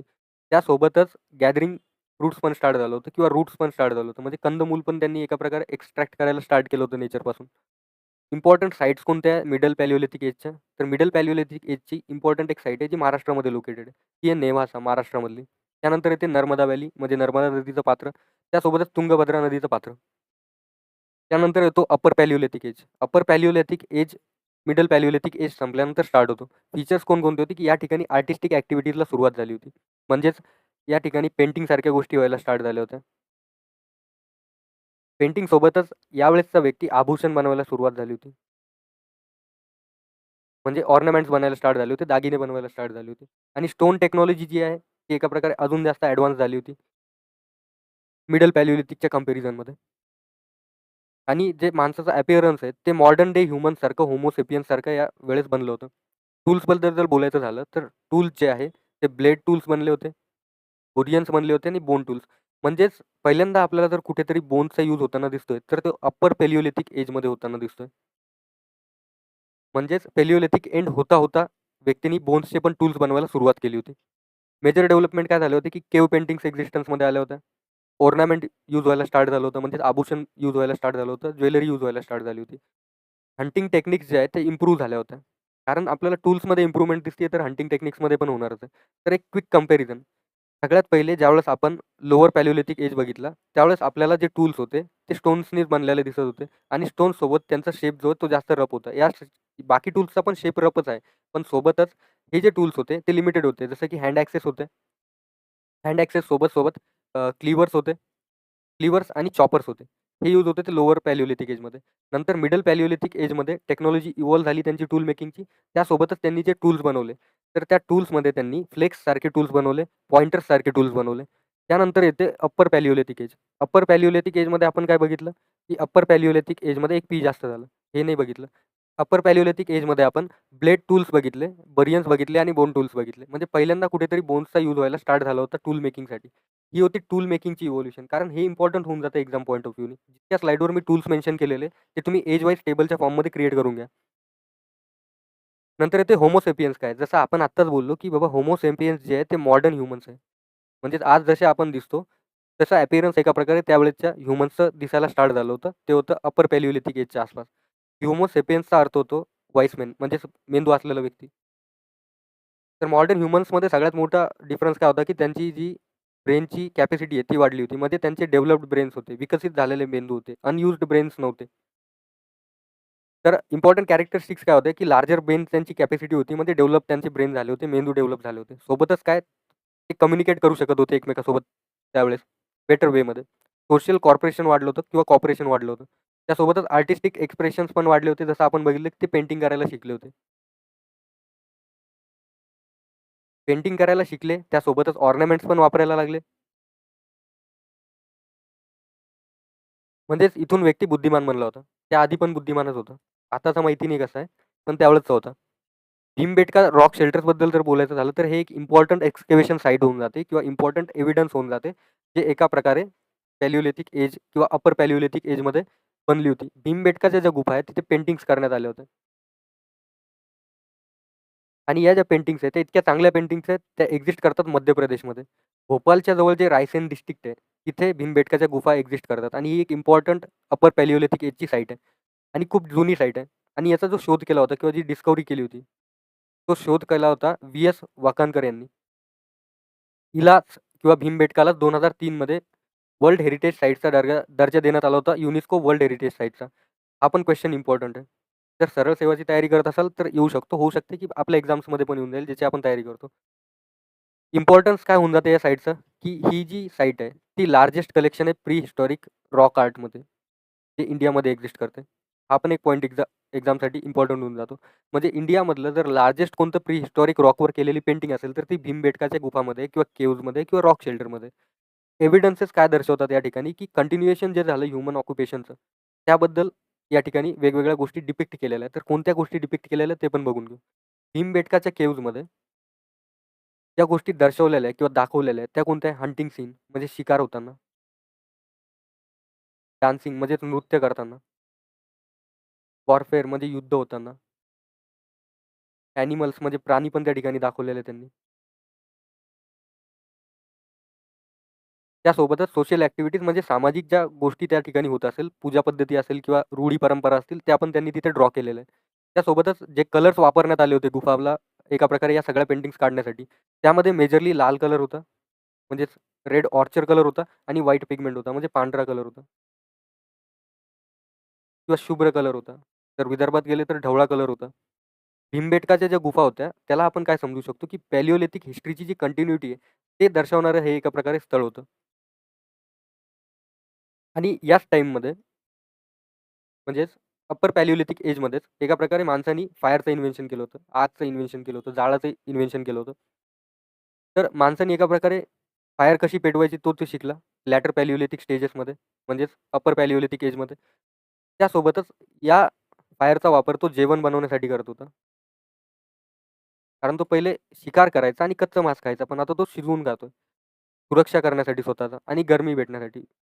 तर या सगळ्या गोष्टींचा वापर तो फायरचा करू लागला. त्यानंतर रिलिजनबद्दल जर विचार करायचा झाला, तर त्यावेळेस कुठल्याही प्रकारचा धर्म एक्झिस्टन्समध्ये नव्हता किंवा रिलिजन एक्झिस्टन्समध्ये नव्हतं. पण जर एक्झिस्ट करत असेल, तर त्या ठिकाणी नेचर वर्शिप होत असावी असं त्यांचं मानणं आहे. कोणाचं? तर हिस्टोरियनचं. सोसायटी जी होती ती स्मॉल ग्रुप्समध्ये राहत होती. फॅमिली बेस्ड कम्युनिटीज होत्या. म्हणजेच आजच्या काळामध्ये आपण जे बघतोय, ते काय आहे? त्याच्याबद्दल मला प्रश्न येतोय. कारण आधीच्या काळामध्ये व्यक्ती फॅमिली बेस्ड कम्युनिटीमध्ये राहत होता, म्हणजे न्यूक्लिअर फॅमिली होती त्यांची. तर त्यांची फॅमिली न्यूक्लिअर होती. त्यानंतर आपण आपल्या मेंदूचा विकास करून, इतके वर्ष घालवून, इतके वर्ष खपवून, त्यानंतर आपल्याला जॉइंट फॅमिलीची कन्सेप्ट कळाली किंवा जॉइंट फॅमिलीचं महत्त्व कळालं. पण परत व्यक्ती न्यूक्लिअर फॅमिलीकडे वळतोय म्हणजे आपण मागे तर नाही जातोय ना, हा प्रश्न माझ्यासमोर उपस्थित होतो. पण जाऊ द्या, तो आपला विषय नाही. आपला विषय आहे की मेसोलिथिक एज काय होता. मेसोलिथिक एजलाच आपण मराठीमध्ये मध्य पाषाण काळ बोलतो. मध्य पाषाण काळाला आपण मेसोलिथिक एज बोलतो किंवा मिडल स्टोन एज बोलतो. तर मिझोचा अर्थ मिडल होतो आणि लिथिकचा अर्थ स्टोन होतो. मध्येच मध्य आणि याचा अर्थ होतो पाषाण. म्हणजेच काय, मिडल स्टोन एज, मध्य पाषाण काळ. याची जर पिरियडबद्दल आपण डिस्कशन केलं, ते पण व्हॅरी करेल रिजन वाईज. म्हणजे कोणत्या रिजनमध्ये, कोणत्या टाईमावर कोणती सभ्यता किंवा कोणत्या काळातले लोकं राहत होते त्याबद्दल आपण नाही सांगू शकत किंवा कोणत्या एजमधली टेक्नॉलॉजी यूज करणारे लोकं राहत होते त्याबद्दल आपण एक्झॅक्टली नाही सांगू शकत. पण जर अप्रॉक्सिमेट टाईमलाईनबद्दल विचार केला, तर ती होती 10,000 BCE पासून 6,000 BCEच्या जवळपास. आणि हा जो फेज आहे, तो एका प्रकारे ट्रान्झिशन फेजसारखा बघितला जातो. कोणत्या फेजेसमधला? तर पॅलिओलिथिक फेजमधला. म्हणजे जी जुनं पाषाण काळ होतं किंवा पुरा पाषाण काळ होतं, त्याच्यामध्ये आणि निओलिथिक एजमध्ये, म्हणजेच नव्या पाषाण काळमध्ये. तर जो मेसोलिथिक एज आहे, तो एका प्रकारे या दोन्हीमधला ब्रिजसारखं काम करतो. तर तेच आपण इथे बघितलेलं आहे, की ट्रान्झिशन फेजसारखा ॲक्ट करतो मेसोलिथिक फेजमध्ये मध्य पाषाण काळ. मध्य पाषाण काळामध्ये एका प्रकारे ब्रिजसारखं किंवा पुलासारखं काम केलेलं आहे पॅलिओलिथिक आणि निओलिथिक एजच्या. त्यानंतर मेजर फीचर्स येतात. आपण बघितलं, की पॅलिओलिथिक एजमध्ये लोअर पॅलिओलिथिक, मिडल पॅलिओलिथिक आणि अपर पॅलिओलिथिकमध्ये पण टूल्सच्या टेक्नॉलॉजीमध्ये बरचसं इन्व्हेन्शन झालं होतं किंवा ॲडव्हान्समेंट झालं होतं. पण मेजर जे ॲडव्हान्समेंट झालं, ते झालं होतं मेसोलिथिक एजमध्ये. मेसोलिथिक एजमध्ये मायक्रोलिथ्स बनायला सुरुवात झाली होती. म्हणजे असे टूल्स ज्यांची साईज 5 सेंटीमीटरपेक्षा कमी आहे. म्हणजे मायक्रोलिथ जे टूल होते, ते एका प्रकारचे टूल्स होते, जे स्टोन्सपासून बनलेले राहायचे किंवा बोन्सपासून बनलेले राहायचे किंवा खाली लिस्टेड स्टोन्सपासून बनलेले राहायचे एका प्रकारे. तर जे टूल्स बनलेले राहत होते, ते जे टूल्स होते ते त्यांना आपण मायक्रोलिथ्स बोलायचो. मायक्रोलिथची जी साईज होती, म्हणजे आकार होता, तो 5 सेंटीमीटरपेक्षा कमी होता. म्हणजे लेस दॅन 5 सेंटीमीटरचे हे सगळे टूल्स राहत होते. त्यामुळे आपल्याला काय दिसून येतं, की जी टूल मेकिंग टेक्नॉलॉजी आहे, ती ॲडव्हान्स झाली होती. ऑरा प्लस झाला होता यांचा. तर टायनी टूल्स, स्टोन टूल्स या ठिकाणी यूज होत होते. आणि ते कशापासून बनायचे, तर ज्या मटेरियलपासून ते बनायचे ते होते चर्ड, जास्पर आणि सेलिडोनी. तर हे जे सगळे टाइप्स आहे, हे स्टोनचे टाइप आहे. आणि कशा स्टोनचे टाइप आहे, जे सिलिकॉन डायऑक्साईडपासून बनलेलं आहे. किंवा मग एका प्रकारे या ठिकाणी सिलिका आपण याला बोलू शकतो. सिलिकापासून बनलेले. यालाच आपण काय बोलतो, SiO2. याच्यापासून बनलेले हे सगळे स्टोन्स आहे आणि याच्यापासूनच मायक्रोलिथ्स या टाइपचे टूल्स बनत होते, ज्यांची साईज 5 सेंटीमीटरपेक्षा कमी राहत होती. तर इम्पोर्टंट का बनून जातात हे टूल? कारण यामुळे हंटिंग एफिशियन्सी वाढली होती त्यावेळेसच्या मानवाची. कारण छोटे टूल्स होते, हँडी टूल्स होते, कुठे पण कॅरी करू शकत होते आणि यावेळेतच कंपोझिट टूल्सची संकल्पना पण कुठेतरी डेव्हलप झाली होती. कंपोझिट टूल्स म्हणजे काय? जसं की पहिले आपल्याला माहीत होतं या टाइपचा ॲक्स किंवा कुऱ्हाड राहत होती. त्यासोबतच एक दंडा त्याला अटॅच करून दिला आणि त्याला टाय करून दिलं. तर इथे ॲक्स पण आहे आणि हँडल पण आहे जे वुडन असेल. तर यालाच आपण कंपोझिट टूल बोलू. तर यासारखे टूल्स पण त्या ठिकाणी एक्झिस्टन्समध्ये आले होते. व्यक्ती जो होता तो सेमी नोमॅडिक लाईफस्टाईल जगायला स्टार्ट झाला होता. आपण बघितलं पेलिओलिथिक एजमध्ये की व्यक्ती नोमॅडिक होता. आता सेमी नोमॅडिक काय? सेमी नोमॅडिक म्हणजे व्यक्ती भटकत तर होता, पण तो सीझनली भटकत होता. तो सेटलमेंट तो करायचा. एका जागेवर तो त्याचं वास्तव्य करायचा. तो सीझननुसार करायचा. जसं की एक मायग्रेटरी प्राणी आहे. जे प्राणी असतात, जे ॲनिमल्स असतात ते मायग्रेट करत असतात सारखे. तर ते का मायग्रेट करतात? समजा इथची फूड सोर्स कमी झालेली. फूडच्या तलाशमध्ये किंवा शोधामध्ये ते मायग्रेट करत असतात. त्याच प्रकारे ह्युमन्स पण मायग्रेट करत होते. सीझनल सेटलमेंट बनवत होते. या जागेवरचं फूड संपलं, परत दुसऱ्या जागेवर जाऊन सेटल झाले. त्यालाच आपण सेमी नोमॅडिक लाईफस्टाईल बोलू. त्यासोबतच व्यक्तींनी फिशिंग स्टार्ट केली होती, मासेमारी स्टार्ट केली होती, हंटिंग स्टार्ट केली होती, शिकार स्टार्ट केली होती. शिकार आणि फूड कलेक्शन तर ते आधीपासूनच करत होते. त्याच्यामध्ये ते रूट्स कलेक्ट करत होते, फ्रुट्स कलेक्ट करत होते आणि इतर अशा गोष्टी. स्टार्टिंगला तर व्यक्ती मेलेला शिकार पण गोळा करत होता. तर त्याच्यामुळे या सगळ्या गोष्टी एका प्रकारे मेसोलिथिक एजमध्ये केल्या जायच्या. डोमेस्टिकेशन ऑफ ॲनिमलची सुरुवात पण मेसोलिथिक एजमध्ये झाली होती. म्हणजे असं बोलत नाहीये मी, की कंप्लीटली डोमेस्टिकेशन ऑफ ॲनिमल इथून स्टार्ट झालं. पण अर्ली डोमेस्टिकेशन ऑफ ॲनिमल जे होतं, ते पण मेसोलिथिक एज एंड होता किंवा लॅटर मेसोलिथिक एजमध्ये स्टार्ट झालं होतं. त्या ठिकाणी कुत्र्यासारखं म्हणजे श्वानासारखं म्हणजे डॉगसारखं, शीप, मेंढी आणि बकरीसारखे प्राणी ते डोमेस्टिकेट करत होते किंवा पशुपालन सुरुवात झाली होती पशुपालन करायला. सिग्निफिकन्स काय होऊन जातं, की व्यक्ती जो आहे, तो एका प्रकारे ह्युमन जो आहे, तो ॲनिमलवर कंट्रोल करायला या काळामध्येच कुठेतरी शिकला होता, म्हणजेच मेसोलिथिक एजमध्ये. त्यानंतर येते की ॲग्रीकल्चरची सुरुवात पण इथूनच झाली होती का? तर प्रिमिटिव्ह ॲग्रीकल्चर म्हणजेच एकदम basic basic level of agriculture या ठिकाणाहून सुरुवात झाली होती. प्रिमिटिव्हला आपण जुनं बोलतो, ज्या ठिकाणी टेक्नॉलॉजी कमी असेल किंवा फुल्ली डेव्हलप ती गोष्ट नसेल. तर जे ॲग्रीकल्चर मेसोलिथिक एजमध्ये सुरू झालं होतं, त्याच्यामध्ये फुल्ली डेव्हलप्ड ॲग्रीकल्चर नव्हतं, जे आपण इथे पण मेन्शन केलं. बरियल्स सारख्या प्रॅक्टिसेस या टाईमला किंवा मेसोलिथिक एजमध्ये एक्झिस्टन्समध्ये आल्या होत्या. बरियल्सचा अर्थ काय होतो? तर बुरियल्स किंवा बरियल्सचा अर्थ काय होतो, की व्यक्तीची मृत्यू झाल्यानंतर त्याला जे आपण पुरतो जमिनीमध्ये, त्यालाच आपण बरियल किंवा बुरियल्स बोलतो. त्या डेड बॉडीज होत्या, त्यांना बरी केलं जायचं, दफनवलं जायचं. त्याच्यासोबतच ते टूल्स ठेवायचे वेगवेगळे, स्टोन टूल्स ठेवायचे, ऑर्नामेंट्स ठेवायचे, म्हणजेच आभूषण ठेवायचे. तर आपण बोलू शकतो का, की ते आफ्टर लाईफमध्ये बिलीव्ह करत होते? तर हां, ते आफ्टर लाईफसारख्या कोणत्यातरी कन्सेप्टमध्ये बिलीव्ह करत असणार, तेव्हा कुठे ते मेलेल्या व्यक्तीसोबत टूल्स आणि ऑर्नामेंट ठेवत आहेत. त्यानंतर येते इम्पोर्टंट साइट्स कोणकोणते होते मेसोलिथिक साइट्स म्हणजेच मध्यपाषाण युगातील किंवा काळातील इम्पोर्टंट साइट्स. पहिली जी साईट आहे ती आहे बोगार, जी भिलवारामध्ये येते राजस्थानच्या. आता ही जी साईट आहे ती लार्जेस्ट साईट आहे इंडियाची, म्हणजे लार्जेस्ट मेसोलिथिक साईट आहे. याच्यापेक्षा मोठी मेसोलिथिक साईट आपल्याला मिळालेली नाही. एव्हिडन्सेस काय मिळतात तिथे? ॲनिमल डोमेस्टिकेशनचे पुरावे मिळतात आणि ते कशापासून मिळाले असतील? ऑब्व्हियसची गोष्ट आहे की ॲनिमल्सचे बोन्स मिळाले असतील तिथे किंवा फॉसिल्स मिळाले असतील. तर या ठिकाणी कोणकोणते ॲनिमल्स आपल्याला मिळाले एक्सकेव्हेशनमध्ये?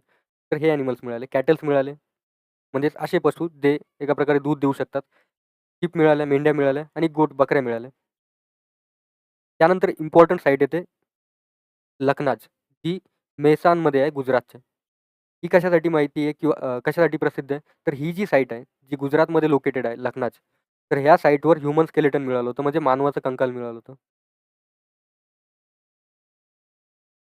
मानवी कंकाल मिळाल्यासोबत-सोबतच या ठिकाणी मायक्रोलिथ्स मिळाले होते, जी एका प्रकारे ओळख होती मेसोलिथिक एजची. त्या ठिकाणी 5 सेंटीमीटरपेक्षा छोटे टूल्स एका प्रकारे वापरले जायचे. जे सिलिकेट्स बेस किंवा सिलिकॉन बेस, सिलिका बेस कंपोनंट्सवाले दगडांपासून, स्टोन्सपासून, पाषाणापासून बनवले जायचे. नंतर येते आदमगड ही साईट. आदमगड जी साईट आहे, ती नर्मदा रिव्हरच्या जवळ स्थित आहे. हुसंगाबाद जे प्लेस आहे, त्याच्या साऊथमध्ये ही लोकेटेड आहे 2 किलोमीटर.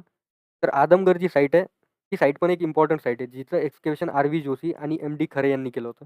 आदमगड झालं किंवा मग मेहरगड झालं, ज्यावेळेस आपण निओलिथिक एज बघू, मेहरगड आणि आदमगड हे सगळे इंडस व्हॅली सिव्हिलायझेशनमध्ये पण आपल्याला रिपीट होताना दिसतात. तर इथे अप्रॉक्सिमेटली 18 आणि सॉरी इथे अप्रॉक्सिमेटली 18 पेंटिंग्स मिळाले होते, ज्याच्यापैकी 11 ज्या होत्या त्या व्हिजिबल पेंटिंग होत्या. आणि हा जो प्लेस आहे आदमगडचा, त्या ठिकाणी अप्पर पॅलिओलिथिक एजपासून तर मेसोलिथिक एजमध्ये जे ट्रान्झिशन झालं होतं, ते दर्शवलं गेलेलं आहे. इथे जे मटेरियल यूज व्हायचं, जिथे व्यक्ती राहत होते रॉक शेल्टर्समध्ये, ते सँडस्टोननी बनलेलं मटेरियल होतं आणि त्यावर रेड आणि व्हाईट कलरची पेंटिंग केलेली राहायची. तर ही होती आपली आदमगड साईट. त्यानंतर ते सराई नहर आहे. ही एक इम्पॉर्टंट साईट आहे. ही पण साईट आपल्याला मला असं वाटतं, की इंडस व्हॅली सिव्हिलायझेशनमध्ये बघायला मिळते. तर सराई नहर राय जी साईट आहे, ती मणिपूर डिस्ट्रिक्टच्या म्हणजे उत्तर प्रदेशच्या मणिपूर डिस्ट्रिक्टमध्ये स्थित आहे. या ठिकाणी ह्युमन स्केलेटन्स म्हणजे मानवी कंकाल मिळाला होता. मायक्रोलिथिक टूल मिळाले होते आणि ॲनिमल रिमेन्स मिळाले होते. म्हणजे सराई नहर रायमध्ये त्या सगळ्या गोष्टी मिळाल्या, ज्या एका प्रकारे मेसोलिथिक एजला दर्शवतात. ह्युमन्सचं प्रमाणसाठी ह्युमन स्केलेटन मिळालं. सोबतच मायक्रोलिथिक टूल्स जे एका प्रकारे ओळख होते मेसोलिथिक एजची. त्यासोबतच ॲनिमल रिमेन जे ॲनिमल डोमेस्टिकेशनचे इनिशियल डेजला दाखवते किंवा इनिशियल स्टेजला दाखवते. सिग्निफिकन्स काय होऊन जातं या एजचं, की या ठिकाणी सेडिंटिझम जे आहे त्याचे एव्हिडन्स मिळतात. म्हणजे व्यक्ती जो आहे तो तात्पुरती जी सीझनल सेटलमेंट होत होती, त्याचे पुरावे सराई नहर रायमध्ये मिळतात आणि सोशल बिहेवियरबद्दल पण पुरावे मिळतात. जे गंगा व्हॅलीमध्ये स्थित सिव्हिलायझेशन होती किंवा एका प्रकारे या वेळेचे लोकं होते. बिहेवियर कसं समजतं? कारण आपण बघितलं, की यावेळेस बुरियलसारख्या प्रॅक्टिसेस यायला स्टार्ट झाल्या होत्या. म्हणजेच दफनवण्यासारखे विधी हे लोकं करायला स्टार्ट झाले होते. त्याच्यामुळे एका प्रकारे सोशल बिहेवियरचा पण आपल्याला अंदाजा लागला होता, की आफ्टर लाईफ किंवा मेल्यानंतर काय होतं, या सगळ्या संकल्पनांमध्ये त्यांना थोडीशी रुची होती किंवा इंटरेस्ट होता. त्यानंतर येतो कन्सेप्ट, की मिझोलिथिक आर्ट काय होतं? तर मिझोलिथिक टाईममध्ये जसं आपल्याला माहिती आहे, की अप्पर पॅलिओलिथिक एजमध्येच व्यक्ती पेंटिंग करायला सुरुवात केली होती. पेंटिंग सोबत ऑर्नामेंट्स पण यूज करत होता. तर रॉक पेंटिंग या ठिकाणी कंटिन्युएशनमध्ये होतं. मिझोलिथिक पेंटिंग्स किंवा एका प्रकारे त्या पेंटिंग्स केल्या जायच्या प्री हिस्टॉरिक पिरियडमध्ये त्या कंटिन्यू होत होत्या.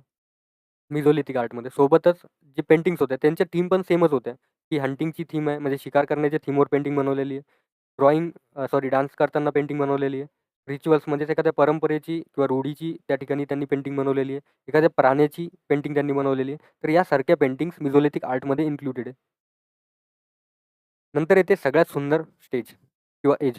त्या ठिकाणी व्यक्तीला सरप्लस काय असते किंवा प्रोडक्शन काय असते किंवा बार्टर सिस्टम कसं एक्झिस्टन्समध्ये येईल, तर इथून कुठून तरी आपण बोलू शकतो, की एका प्रकारे व्यक्तीला अक्कल आली होती खूप जास्त, की ट्रेड कसं केलं पाहिजे किंवा शेती कशी केली पाहिजे. त्यामुळे हा जो काळ आहे, त्याला आपण नवपाषाण युग बोलतो.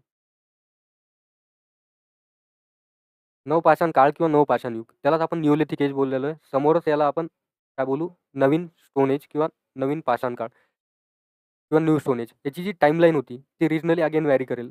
रिजन वाईज निओलिथिक एजची टाईमलाईन ओव्हरऑल इंडिया सेम नसणार आहे. लोकेशन वाईज किंवा वर्ल्डच्या कंपॅरिझनमध्ये लोकेशन वाईज ही टाईमलाईन चेंज होत राहणार. तर निओलिथिक एजची जी टाईमलाईन आहे ती 7000 BC पासून 1000 BCच्या मधात कुठेतरी आहे. जी रिजनली व्हॅरी करेल. जर निओलिथिक या शब्दाचा आपण अर्थ काढायचा प्रयत्न केला, तर निओचा अर्थ होतो न्यू किंवा नवा किंवा नवीन. लिथिकचा अर्थ होतो स्टोन म्हणजेच पाषाण. कंप्लीटली आपण याला नवीन स्टोन एज किंवा न्यू स्टोन एज असं बोलू. त्यानंतर तर आतापर्यंत आपण निओलिथिक एजची टाईमलाईनबद्दल डिस्कस केलं. तर जे निओलिथिक एज आहे म्हणजेच नवपाषाण काळ आहे. तर नवपाषाण काळाचं जे एका प्रकारे नामांकन झालं होतं. नवपाषाण काळालाच गॉर्डन चाइल्ड नावाचा एक व्यक्ती होता.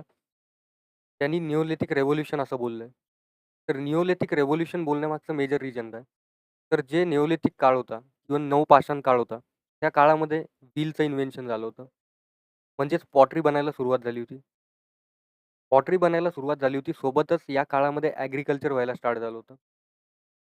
यापूर्वी पण आपण बघितलं, की मिझोलिथिक एजच्या एंडिंगला ॲग्रीकल्चर स्टार्ट झालं होतं. But that was primitive level of agriculture.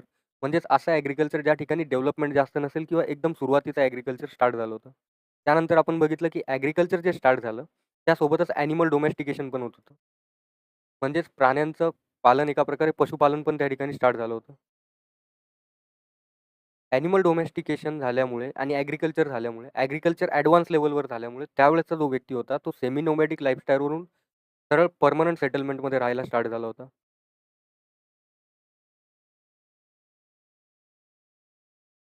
Permanent settlement आल्यामुळे या काळाला आपण एका प्रकारे निओलिथिक रेव्होल्यूशन बोलू शकतो. कारण हे ग्रेटेस्ट इन्व्हेन्शन होतं ह्युमन हिस्ट्रीचं किंवा ग्रेटेस्ट काळ होता, क्रांती होती, ज्या ठिकाणी ॲग्रीकल्चर, ॲनिमल डोमेस्टिकेशन सारख्या गोष्टी व्हायला स्टार्ट झाल्या होत्या. तर पर्मनंट सेटलमेंटची कन्सेप्ट यायला स्टार्ट झाली होती. विलेजेस फॉर्म व्हायला स्टार्ट झाल्या होत्या. व्यक्तीचा जो मेंदू आहे, तो आजच्या व्यक्तींचा कमी प्रगत आहे, असं आपण बोलू शकतो.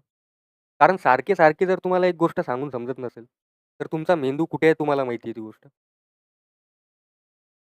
पण ॲग्रीकल्चर डेव्हलप झालं, ह्या सगळ्या गोष्टी झाल्या आणि या काळाला आपण रिव्होल्यूशन का बोललो? कारण यावेळेसचे जे लोकांचे मेंदूची साईज होती, ती वाढली होती. म्हणजेच ब्रेन कॅपॅसिटी वाढली होती. त्यांची समजण्याची शक्ती वाढली होती. व्हीलचा आविष्कार झाला म्हणजे पॉटरी पण स्टार्ट झाली आणि ट्रान्सपोर्टेशन पण कुठे ना कुठे स्टार्ट झालं होतं. ॲग्रीकल्चरबद्दल, ॲनिमल डोमेस्टिकेशनबद्दल आपण बोललो. त्यासोबतच पर्मनंट सेटलमेंटबद्दल बोललो. यापूर्वी मिझोलिथिक एजच्या लॅटर फेजमध्ये फायरचं इन्व्हेन्शन झालं होतं. त्यामुळे व्यक्ती कुकिंग पण करायला स्टार्टिंग झाली होती. यासारख्या गोष्टी निओलिथिक एजमध्ये झाल्या. त्यामुळे गॉर्डन चाइल्ड नावाचा जो व्यक्ती आहे, तो निओलिथिक एजला एका प्रकारे रेव्होल्यूशन बोललाय, निओलिथिक रेव्होल्यूशन बोललाय, क्रांती बोललाय, नवपाषाण युगातील क्रांती बोललाय. या सगळ्या रिझन्समुळे एका प्रकारे ह्युमन सिव्हिलायझेशनला पुढे जाण्यासाठी चान्सेस मिळाले. त्यानंतर मेजर फीचर्सबद्दल जर बोलायचं झालं, तर ॲग्रीकल्चर जी आहे किंवा जी शेती आहे, ती जास्त ॲडव्हान्स झाली होती. ही प्रिमिटिव्ह लेव्हलची शेती होत नव्हती यावेळेवर. ह्युमन्सनी फार्मिंग आणि फूड प्रोडक्शन स्टार्ट केलं होतं. म्हणजे शेती करायला आणि अन्नाचं उत्पादन या वेळेवर स्टार्ट झालं होतं. जे क्रॉप्स ते कल्टिव्हेट करत होते त्यावेळेवर. त्यामध्ये गहू होता म्हणजे व्हीट, बार्ली होती आणि राईस जो आहे, तो लॅटर फेजमध्ये कल्टिव्हेट व्हायला स्टार्ट झाला होता. आता बरेचसे स्टुडंट्स हे बोलतील, की राईसचं प्रोडक्शन तर इंडस व्हॅली सिव्हिलायझेशनमध्ये पण खूप कमी प्लेसेसवर झालंय किंवा आपल्याला फक्त राईसच्या वरचा कव्हर मिळाला, हस्क मिळालाय. पण राईसचं कल्टिव्हेशन इंडियामध्ये होत होतं. त्याचं प्रमाण हे आहे. म्हणजेच निओलिथिक रेव्होल्यूशनमध्ये मिळालेले पुरावे किंवा मग एका प्रकारे त्याचे एव्हिडन्सेस. त्यानंतर पुढचा पॉइंट हा येतो, की पर्मनंट सेटलमेंट यायला स्टार्ट झाले होते किंवा बनायला स्टार्ट झाले होते. कशामुळे बनायला स्टार्ट झाले होते? कारण व्यक्तीला फूड मिळायला स्टार्ट झालं होतं. यापूर्वी व्यक्ती नोमॅडिक किंवा सेमी नोमॅडिक लाईफस्टाईल का जगत होता? कारण फूडची स्कॅर्सिटी होती, लिमिटेड फूड होतं. त्याला ॲग्रीकल्चर माहिती नव्हतं. त्यामुळे विलेजेस एमर्ज झाल्या म्हणजे गाव बसायला सुरुवात झाली. त्यासोबतच जी इकॉनॉमी आहे किंवा त्यावेळेचे जे लोकं आहे, ते हंटिंगवर पूर्णपणे निर्भर न राहता म्हणजेच डिपेंडंट न राहता ॲग्रीकल्चरवर डिपेंडंट झाले किंवा ॲनिमल डोमेस्टिकेशनवर डिपेंडंट झाले. डोमेस्टिकेशन व्हायला स्टार्ट झालं होतं जसं की काऊज, बफेलोज, गोट्स आणि शीपसारख्या प्राण्यांचं. म्हणजेच गाई, म्हशी, बकऱ्या आणि मेंढ्या या ठिकाणी पालन केलं जात होतं. त्यानंतर कन्सेप्ट येते की टूल्सची. जसं आपण मागे पण बोललो होतो की जसा-जसा काळ समोर जाणार तसे-तसे टूल्स एका प्रकारे जास्त ॲडव्हान्स लेव्हलचे असणार. आपण जर पॅलिओलिथिक एजमध्ये गेलो तर तिथे जे टूल्सचं शेप होतं ते खूप जास्त रफ होतं. पॅलिओलिथिक एजच्या एंडिंगला येता म्हणजेच अपर पॅलिओलिथिक एजमध्ये आपण हे बघितलं की बोन्सचा पण यूज व्हायला स्टार्ट झालं होतं टूल मेकिंगमध्ये. त्यानंतर आपण मेसोलिथिक एजमध्ये बघितलं की मायक्रोलिथची कन्सेप्ट आली. ज्या ठिकाणी जे टूल्स असतील त्यांची साईज 5 सेंटीमीटरपेक्षा कमी असेल. म्हणजेच छोटे आणि कॉम्पॅक्ट टूल्स बनायला सुरुवात झाली होती. त्यासोबतच आपण हे पण बघितलं होतं की कंपोझिट टूल्स सारखी कन्सेप्ट आली होती. ज्या ठिकाणी टूल सोबत हँडल पण अटॅच असेल. त्यानंतर आपण हे बघितलं होतं की जे टूल्स आहे, त्या टूल्समध्ये सिलिकेट बेस्ड स्टोन्सचा यूज व्हायला स्टार्ट झाला होता. आता आपण काय बघतोय, की जे टूल्स आहे, जे ॲक्चुअली मायक्रोलिथ्स होते, तर ते मायक्रोलिथ जे येतील, ते जास्त पॉलिश्ड फॉर्ममध्ये येतील. स्मूथ असतील, शार्प असतील आणि ड्युरेबल असतील. तर हे सगळे गोष्टी आपल्याला काय दर्शवतात, की टूल मेकिंग टेक्नॉलॉजी जी आहे, ती जास्त ॲडव्हान्स झाली होती. एक्झाम्पल्स काय? सेल्ट, ॲक्स आणि एस-डी सारखे टूल्सचा वापर या ठिकाणी व्हायला स्टार्ट झाला होता. पॅलिओलिथिक एजमध्ये आपण बघितलं, की ॲक्सेस, क्लिव्हर्स किंवा चॉपर्स सारख्या गोष्टी एक्झिस्टन्समध्ये होत्या. त्यानंतर आपण पॉइंटर्स, फ्लेक्स सारख्या गोष्टी बघितल्या. आता आपण काय बघतोय, की सेल्ट, ॲक्स आणि एस-डी सारखे टूल्स एका प्रकारे यूजमध्ये यायला लागले होते. पॉटरीबद्दल बोलायचं झालं तर व्हीलचं इन्व्हेन्शन याच काळामध्ये झालं होतं. त्यामुळे पॉटरी प्रोडक्शनला पण सुरुवात झाली होती. म्हणजेच ही जी पॉटरी होती किंवा हे जे घडे बनवले जायचे, मटके बनवले जायचे त्यावेळेचे, तर ते स्टोरेजसाठी यूज केले जायचे म्हणजे अन्नधान्य साठवण्यासाठी. त्यासोबतच कुकिंगसाठी, जेवण बनवण्यासाठी आणि ट्रान्सपोर्टेशनसाठी. एका जागेवरून दुसऱ्या जागेवर वस्तू घेऊन जाण्यासाठी. आता आपण बोलूयात व्हीलबद्दल. तर one of the greatest invention in human history that is wheel. व्हीलमुळे पॉटरी तर स्टार्ट झाली, पण मेजर गोष्ट ट्रान्सपोर्टेशन पण स्टार्ट झालं होतं. म्हणजे दळणवळण पण स्टार्ट झालं होतं. तर व्हीलचं इन्व्हेन्शन पण निओलिथिक एजच्या जवळपासच झालं होतं. ज्या ठिकाणी व्हीलचा यूज ट्रान्सपोर्ट करण्यासाठी, दळणवळणासाठी केला जायचा, सोबतच पॉटरी बनवण्यासाठी.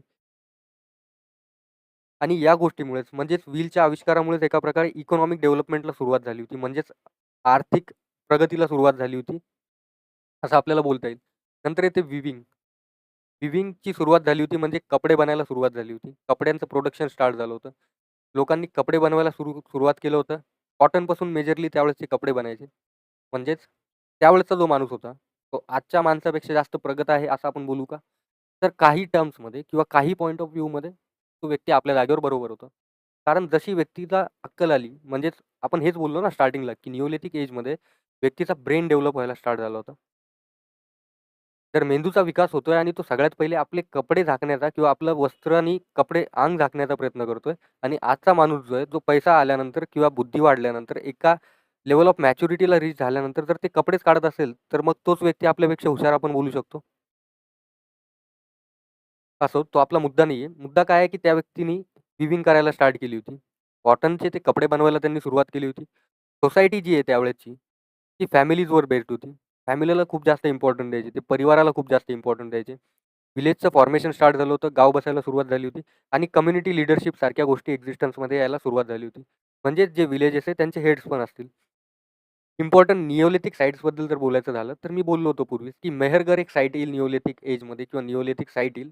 ही खूप जास्त इम्पोर्टंट साईट राहील. कारण हीच साईट आपल्याला समोर जाऊन इंडस व्हॅली सिव्हिलायझेशनमध्ये पण बघायची. तर मेहरगढ़ जी आहे, ती कच्छच्या प्लेनमध्ये बोलान पासजवळ बलुचिस्तानमध्ये प्रेझेंट डे जे बलुचिस्तान आहे, त्याचा पार्ट आहे मेहरगढ़. तर ही आपली 1 नंबरची साईट आहे जी आपल्याला बघायची. मेहरगढ़ यासाठी इम्पोर्टंट होऊन जातं, कारण या ठिकाणी ॲग्रीकल्चरल सेटलमेंट्स मिळाले. म्हणजेच मेहरगढ़ जी होती ती एंटायर साऊथ एशियाची, फक्त इंडियाबद्दल नाही बोलत आहे मी. एंटायर साऊथ एशियामध्ये जर कुठे सगळ्यात पहिले शेती स्टार्ट झाली असेल, तर ती मेहरगढ़ या नावाच्या साईटवर स्टार्ट झाली होती. त्याची लोकेशन प्रेझेंट डे बलुचिस्तानमध्ये. अराउंड 7000 BCच्या काळामध्ये ही शेतीला सुरुवात झाली असेल, असं मानणं आहे आर्किओलॉजिस्टचं. मेजर फाइंडिंग्स काय झाले होते इथे? इथे गहूच्या कल्टिव्हेशनचे म्हणजेच क्रॉपिंगचे प्रमाण मिळाले होते. बार्ली कल्टिव्हेशनचे प्रमाण मिळाले होते. ॲनिमल डोमेस्टिकेशन म्हणजेच पशुपालनाचे पण पुरावे मिळाले होते. आणि जे घरं बनलेले होते ते मड ब्रिकपासून बनलेले होते. म्हणजे मातीपासून बनलेल्या विटांचे घरं बनलेले होते. तर वन ऑफ द ॲडव्हान्स सिव्हिलायझेशनचा हे पार्ट आहे मेहरगढ़ ही site. That is Indus valley civilization म्हणजे सिंधू घाटी सभ्यता. त्यासोबतच ही जी साईट आहे मेहरगढ़ची ही इम्पॉर्टन्स किंवा रिलेव्हन्स यामुळे ठेवते कारण निओलिथिक एज किंवा मग नवपाषाण युगामध्ये पण मेहरगढ़ या साईटवर ॲग्रिकल्चर होत होतं. त्यासोबतच ॲनिमल डोमेस्टिकेशन होत होतं. आणि त्यांची जी सेटलमेंट आहे ती पर्मनंट होती. ते आपण कशावरून समजू शकतो, की या ठिकाणी मड ब्रिकचे हाऊसेस होते. म्हणजे मातीने बनलेले विटांचे हाऊसेस होते. म्हणजेच कुठे ना कुठे व्यक्ती प्रगतीकडे जात होता, डेव्हलपमेंटकडे जात होता, मॉडर्नायझेशनकडे जात होता. त्यामुळेच मेहरगढ़ या साईटला cradle of farming in south Asia बोललं गेलेलं आहे. त्यामुळे ही जी साईट आहे ती एक इम्पॉर्टंट साईट बनून जाते. त्यानंतर येते बुर्जोहम, ही आपली सेकंड साईट आहे. निओलिथिक एजची किंवा निओलिथिक रेव्होल्यूशनची. श्रीनगर जवळ जे गंदेरबाल आहे, म्हणजेच J&Kचा हा पार्ट आहे. बुर्जोहम जी साईट आहे ती जम्मू अँड काश्मीरमधली साईट आहे. त्याचे युनिक फीचर्स काय? तर या ठिकाणी जे व्यक्ती राहत होते, त्यावेळेसचे जे व्यक्ती राहत होते, ते पिट ड्वेलिंग करून राहायचे. म्हणजेच एका खड्ड्यामध्ये राहायचे. जमिनीच्या खाली अंडरग्राउंड एक खड्डा खोदून ते त्या ठिकाणी राहत होते. म्हणजेच त्यांनाच आपण पिट ड्वेलर्स बोलू. म्हणजे जमिनीखाली राहणारे किंवा खड्डा खोदून त्याच्या खाली राहणारे. या ठिकाणी मेजर फाइंडिंग काय होती, की या ठिकाणी जे टूल्स बनले जायचे, जे हत्यारं बनवले जायचे, ते हाडांपासून बनवले जायचे, बोन्सपासून. या ठिकाणी डॉगचे बरियल्स पण सापडलेले. म्हणजेच डॉगला अंडरग्राउंड दफनवलेलं पण सापडलेलं आहे. त्यानंतर थर्ड लोकेशन येते खूपकार लोकेशन, जी सरळ जवळ आहे पुलवामा डिस्ट्रिक्टमध्ये. 41 किलोमीटर आहे ही साऊथ ईस्टर्न साईडमध्ये श्रीनगरच्या. आणि हा जो लोकेशन आहे तो एका प्रकारे असिरॅमिक निओलिथिक एजपासून तर मेगालिथिक एजपर्यंतचा कालखंड दर्शवणारा एज आहे. किंवा एका प्रकारे या दोन्ही पण कालखंडामध्ये ब्रिजसारखा ॲक्ट करणारा. म्हणजेच 3000 BCE पासून 1000 BCEचा मधला वेळ. आता बरेचसे व्यक्ती हे बोलतील इथे येऊन, की बाबा हे जे असिरॅमिक एज आहे किंवा असिरॅमिक निओलिथिक एज आहे, हे काय आहे? तर असिरॅमिक निओलिथिक एज असा एज आहे. त्यासाठी आपल्याला पॉटरीबद्दल डिस्कशन करावं लागेल. कारण ही साईट पण फेमस आहे पॉटरीसाठी. असिरॅमिक निओलिथिक एजमध्ये पॉटरीची जी बनावट आहे, ती जास्त इम्प्रूव्ह झाली होती आणि पॉटरीचा यूज खूप जास्त एक्सटेन्सिव्ह लेव्हलवर व्हायला स्टार्ट झालं होतं. रिझन काय? की असिरॅमिक एजच्या पहिले पॉटरी जी बनवल्या जायची ती जास्त रफ राहायची किंवा कमी प्रमाणात यूज व्हायची. पण जसं व्हीलचं एक्सपान्शन झालं, इन्व्हेन्शन झालं, तसंच असिरॅमिक निओलिथिक एजमध्ये पॉटरी प्रोडक्शनला सुरुवात झाली. त्यामुळे आपण निओलिथिक एजला असिरॅमिक आणि निओलिथिक अशा 2 टाइपमध्ये डिव्हाईड करतो. तर असिरॅमिक तो काळ आहे निओलिथिक एजचा, ज्या ठिकाणी पॉटरीचं प्रोडक्शन झालं होतं आणि पॉटरी एक्सटेन्सिव्ह प्रमाणात प्रोड्यूस व्हायला सुरुवात झाली होती. त्यानंतर येते की मेगालिथिक एज काय? मेगालिथिक एज जी आहे ती मेगालिथ या स्ट्रक्चरसोबत असोसिएटेड आहे. तर मेगालिथचा अर्थ काय होतो? मेगालिथचा अर्थ होतो की जे मोठे-मोठे समाधीसारखे स्ट्रक्चर बनवले जायचे दगडांपासून किंवा पाषाणापासून. तर ज्यावेळेस या गोष्टींना सुरुवात झाली होती, त्याला आपण मेगालिथिक काळ कन्सिडर करतो. So this was aceramic neolithic and megalithic age. त्याची टाईमलाईन होती अप्रॉक्सिमेटली 3000 BCE पासून 1000 BCEच्या मध्ये. एक्सकेव्हेशनमध्ये काय मिळालं? तर आर्किओलॉजिकल सर्व्हे ऑफ इंडिया म्हणजेच ASIनी या ठिकाणी एक्सकेव्हेशन कंडक्ट केलं होतं 1981 मध्ये. ज्याला लीड केलं होतं A.K. शर्मा यांनी. म्हणजेच या ठिकाणी उत्खनन जे केलं होतं आर्किओलॉजिकल सर्व्हे ऑफ इंडियानी, ते केलं होतं 1981 मध्ये आणि त्याचे एका प्रकारे लीड होते A.K. शर्मा. जे नाव आहे या जागेचं, ते गुपकारल हे नाव आहे. ते एका काश्मीरी वर्डपासून आलंय, म्हणजेच एका काश्मीरी शब्दापासून आलंय. तर या ठिकाणी गुपचा अर्थ होतो केव्ह आणि कालचा अर्थ होतो पॉटरी. म्हणजेच ही जागा जी आहे, ती केव्हसाठी आणि पॉटरीसाठी फेमस असेल. कल्चर या ठिकाणी जे एक्झिस्टन्समध्ये होतं किंवा कल्चरल व्हॅल्यू जी एक गोष्ट किंवा एक्सकेव्हेशन साईट आपल्याला ॲड करून देते, दॅट इज पॉटरी ट्रेडिशन. म्हणजेच पॉटरीची परंपरा. या ठिकाणी खूप जास्त पॉटरी बनत होती. म्हणजेच जवळपास अप्रॉक्सिमेटली 1400 वर्षापर्यंत या ठिकाणी पॉटरीचं प्रोडक्शन होत होतं. त्यामुळे ही साईट आपल्या पॉटरीसाठी फेमस आहे. त्यानंतर चौथी जी साईट येते ती आहे चिखली हाल, जी मुदगुल जवळ आहे कर्नाटकामध्ये. आणि ही जी सेटलमेंट होती ती पॅस्टोरल सेटलमेंट होती. म्हणजेच यावेळेसचे जे लोकं होते किंवा या साईटच्या जवळपास राहणारे जे लोकं होते ते पॅस्टोरल्स होते. म्हणजे कॅटल रेअरर्स होते. ते कॅटल रेअरिंग करायचे. म्हणजेच पशुपालन करायचे.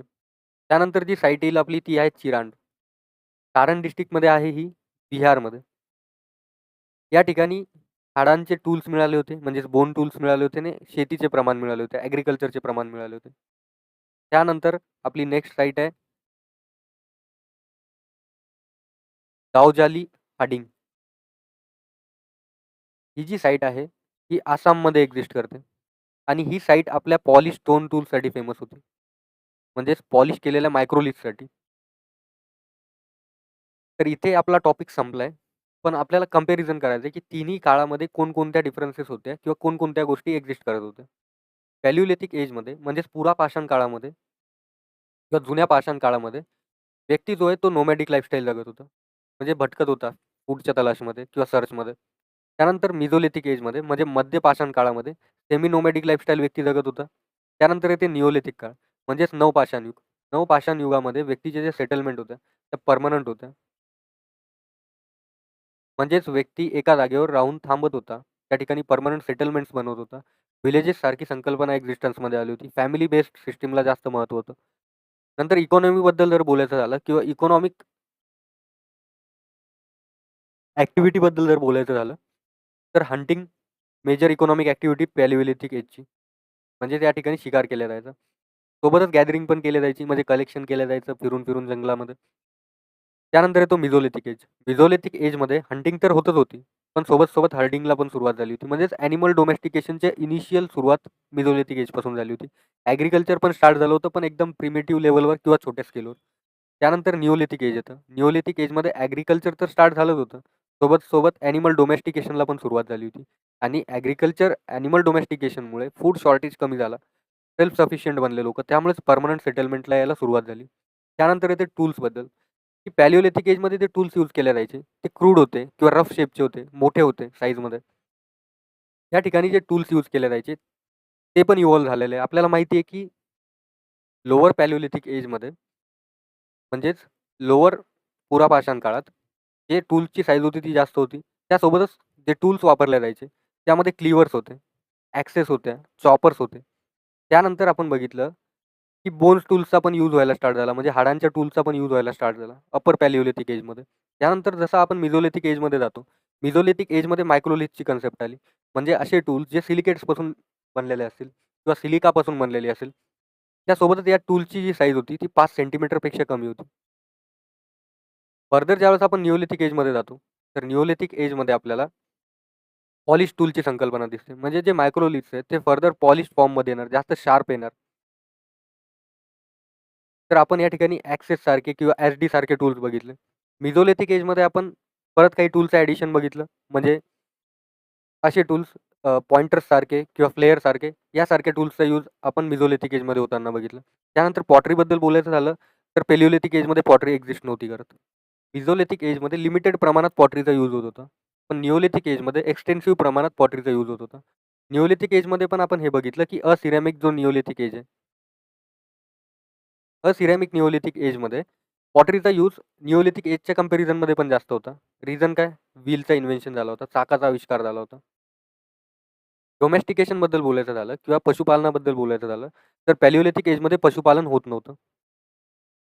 मिझोलिथिक एजमध्ये बिगिनिंग होती. म्हणजेच एकदम सुरुवातीची स्टेज होती जिथे व्यक्ती ॲनिमल्सला कंट्रोल करायला शिकला होता.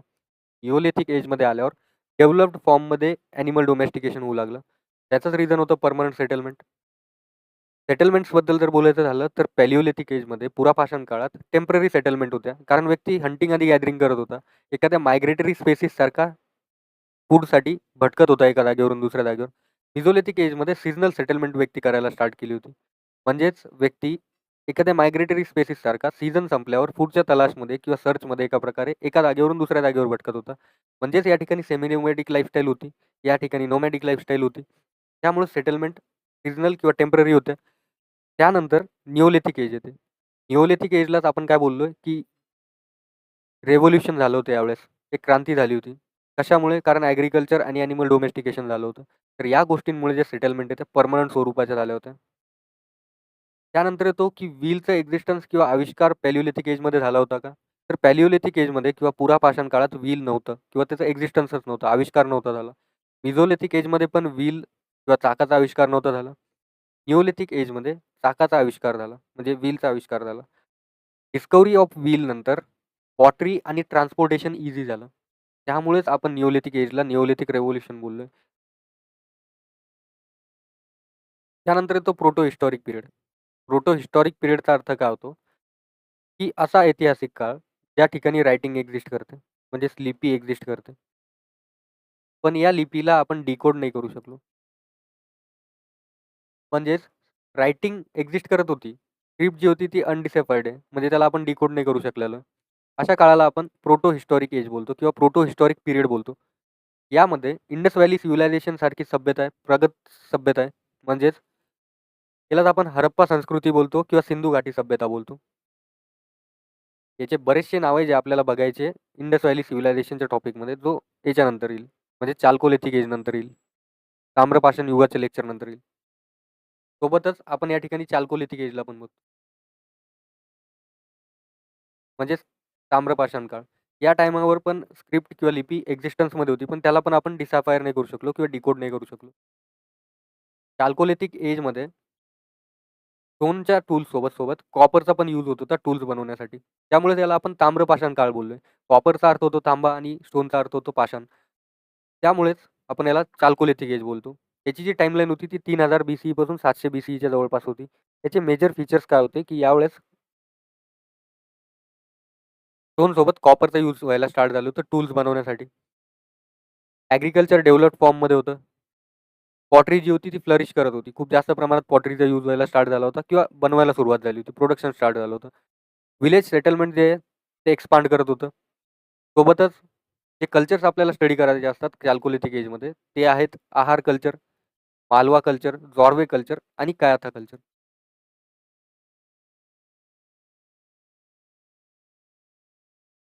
तर या सगळ्या कल्चरसाठी आपण एक वेगळं लेक्चर प्लॅन केलंय, ज्या ठिकाणी आपल्याला चाल्कोलिथिक एज स्टडी करायची. पण चाल्कोलिथिक एज यासाठी ॲड केलं, की एक आयडिया असली पाहिजे स्टुडंट्सला, की नेक्स्ट टॉपिक कोणता होईल आपल्या हिस्ट्रीमध्ये. इम्पोर्टंट टर्मिनॉलॉजीजबद्दल जर बोलायचं झालं, तर मायक्रोलिथ्स काय? मायक्रोलिथ स्टोनचे टूल्स आहे, जे मेसोलिथिक एजमध्ये वापरले जायचे आणि ते स्मॉल साइज टूल्स होते. ज्याची साईज 5 सेंटीमीटरपेक्षा कमी होती. लेस दॅन 5 सेंटीमीटर होते. निओलिथिक रेव्होल्यूशन चाइल्ड यांनी ही दिलेली संकल्पना आहे. तिथे शिफ्ट फ्रॉम गॅदरिंग टू प्रोडक्शनपर्यंत आपण बघितलं. म्हणजेच भट जंगलमध्ये व्यक्ती ज्यावेळेस भटकत होता, तिथून जे शिफ्ट झालं एका प्रकारे सेमी नोमॅडिक लाईफस्टाईलपासून किंवा नोमॅडिक लाईफस्टाईलपासून एका प्रकारे व्यक्ती कसा पर्मनंट सेटलमेंटमध्ये राहायला लागला, त्याबद्दल आपण निओलिथिक रेव्होल्यूशनमध्ये डिस्कस केलं. पिट ड्वेलिंगमध्ये जमिनीच्या खाली खड्डे करून राहणारा व्यक्ती. पिट ड्वेलर्सचा अर्थ तो होतो. पिट ड्वेलिंगमध्ये underground houses of Burzahom. Burzahom जी साईट आहे, त्या साईटवर आपण बघितलं होतं, की पिट ड्वेलिंगची कन्सेप्ट होती. म्हणजेच अंडरग्राउंड राहत होते लोकं खड्डे करून. नंतर येते चाल्कोलिथिक एज, जिथे आपण कॉपर आणि स्टोनचा यूज सायमल्टेनियसली बघितला. म्हणून आपण त्याला चाल्कोलिथिक एज बोललो. चाल्कोलिथिक एजसाठी येणारं लेक्चर नेक्स्ट लेक्चरमध्ये येईल. फूड गॅदरिंग इकॉनॉमीचा आपण अर्थ काय बघितला, की व्यक्ती जो आहे तो कंप्लीटली नेचरवर डिपेंडंट होता. त्यालाच आपण एक्स्ट्रॅक्टिव्ह इकॉनॉमी पण बोलतो. जर तुम्ही इकॉनॉमिक्सचं रिसेंट लेक्चर बघितलं असेल, तर तुला समजलं असेल, की एका प्रकारे फूड गॅदरिंग इकॉनॉमी काय आहे किंवा एक्स्ट्रॅक्टिव्ह इकॉनॉमी काय आहे. त्यानंतर येते फूड प्रोडक्शन इकॉनॉमी किंवा फूड प्रोड्युसिंग इकॉनॉमी, जी आपण निओलिथिक एजमध्ये बघितली. अशी इकॉनॉमी जी ॲग्रीकल्चर आणि ॲनिमल हसबंडरीवर डिपेंडंट राहील. तर या सगळ्या इम्पोर्टंट टर्मिनॉलॉजीचं ज्या आपल्याला शिकायच्या होत्या. तर एक क्विक रिव्हिजन. सगळ्यात पहिले आपण बघितलं पॅलिओलिथिक एज. पॅलिओलिथिक एजमध्ये आपण पर्टिक्युलरली काही गोष्टी बघितल्या. जसं पॅलिओलिथिक एजला पण फर्दर डिवाइड केलेलं आहे. लोअर पॅलिओलिथिक एजमध्ये, मिडल पॅलिओलिथिक एजमध्ये आणि अप्पर पॅलिओलिथिक एजमध्ये. लोअर पॅलिओलिथिक एजमध्ये आपण काय बघितलं, की व्यक्ती जो आहे तो टूल्सचा यूज करत होता. स्टोन टूल्सचा यूज करत होता. जसं की क्लिव्हर्स, चॉपर्स आणि सोबतच ॲक्सेसचा म्हणजेच कुऱ्हाडींचा. आणि हे जे टूल्स बनवले जायचे ते स्टोन्सचा यूज करून बनवले जायचे. स्पेशली क्वाड्रेराइट सारख्या टूल्सचा किंवा बेसॉल्ट रॉकनी बनलेल्या टूल्सचा. मिडल पॅलिओलिथिक एजमध्ये आपण बघितलं, की फर्दर डेव्हलपमेंट झाली. टूल मेकिंगची टेक्नॉलॉजी थोडी जास्त पॉलिश झाली. नंतर अप्पर पॅलिओलिथिक एजमध्ये आपण बघितलं, की बोन्सचा यूज व्हायला स्टार्ट झालं होतं टूल्स बनवण्यासाठी. ओव्हरऑल पॅलिओलिथिक एजमध्ये जी सेटलमेंट होती, ती नोमॅडिक होती. म्हणजेच ते भटकत होते. त्यावेळेसचा जो व्यक्ती होता तो हंटिंग करायचा, म्हणजे शिकार करायचा. सोबतच तो काय करत होता, गॅदरिंग करत होता. म्हणजेच वस्तू गोळा करायचा. जसं की फ्रूट, रूट किंवा बेरीज सारख्या गोष्टी. त्यामुळे व्यक्ती जर हंटिंग करत असेल, गॅदरिंग करत असेल, तर त्या व्यक्तीला एका जागेवरून दुसऱ्या जागेवर भटकावं लागेल. त्यामुळेच आपण त्यावेळेसच्या लाईफस्टाईलला नोमॅडिक लाईफस्टाईल बोललो. हे स्पेशालिटी होती पॅलिओलिथिक एजची. पॅलिओलिथिक एजमध्ये व्यक्ती नोमॅडिक लाईफस्टाईल जगत होता, हंटिंग करत होता. हंटिंग करण्यासाठी त्याला काही टूल्स लागत होते, जे स्टोन्सपासून बनायचे आणि स्टोन्सपासून बनलेले टूल्स हे वरती लिस्टेड आहे. अपर पॅलिओलिथिक एजमध्ये सोबतच बोन्सच्या टूल्सचा पण तो यूज करायला सुरुवात झाली, म्हणजेच बोन मेड टूल्स. तर हे ओव्हरऑल मॅप होता आपल्या पॅलिओलिथिक एजचा. त्यानंतर येतो आपण मिझोलिथिक एजमध्ये. मिझोलिथिक एजलाच आपण मध्यपाषाण काळ बोललोय किंवा मध्यपाषाण युग बोललोय. तर मध्यपाषाण युगात व्यक्ती सेमी नोमॅडिक लाईफस्टाईल जगत होता. सेमी नोमॅडिक आपण का बोलतोय या ठिकाणी? कारण व्यक्तीनी यावेळेस मिझोलिथिक एजमध्ये एका प्रकारे ॲग्रीकल्चर प्रॅक्टिस करायला सुरुवात केली होती. म्हणजे शेतीचा एकदम प्रिमिटिव्ह लेव्हल. प्रिमिटिव्हलाच आपण काय बोलू, बेसिक किंवा मग लेस डेव्हलप्ड. लेस डेव्हलप ॲग्रीकल्चरची सुरुवात झाली होती आणि काही प्रमाणामध्ये ॲनिमल डोमेस्टिकेशन पण स्टार्ट झालं होतं. ॲनिमल डोमेस्टिकेशनला सुरुवात झाली लिटिल अमाउंटमध्ये. ॲग्रीकल्चर प्रिमिटिव्ह ॲक्टिव्हिटी बनली. त्यामुळे व्यक्ती सेमी नोमॅडिक बनला. सेमी नोमॅडिक बनला म्हणजे काय? व्यक्ती यावेळेसचा जो होता तो हर्डिंग करत होता. म्हणजेच एका प्रकारे पॅस्टोरलिस्ट होता. तो सीझनल सेटलमेंट करून राहत होता.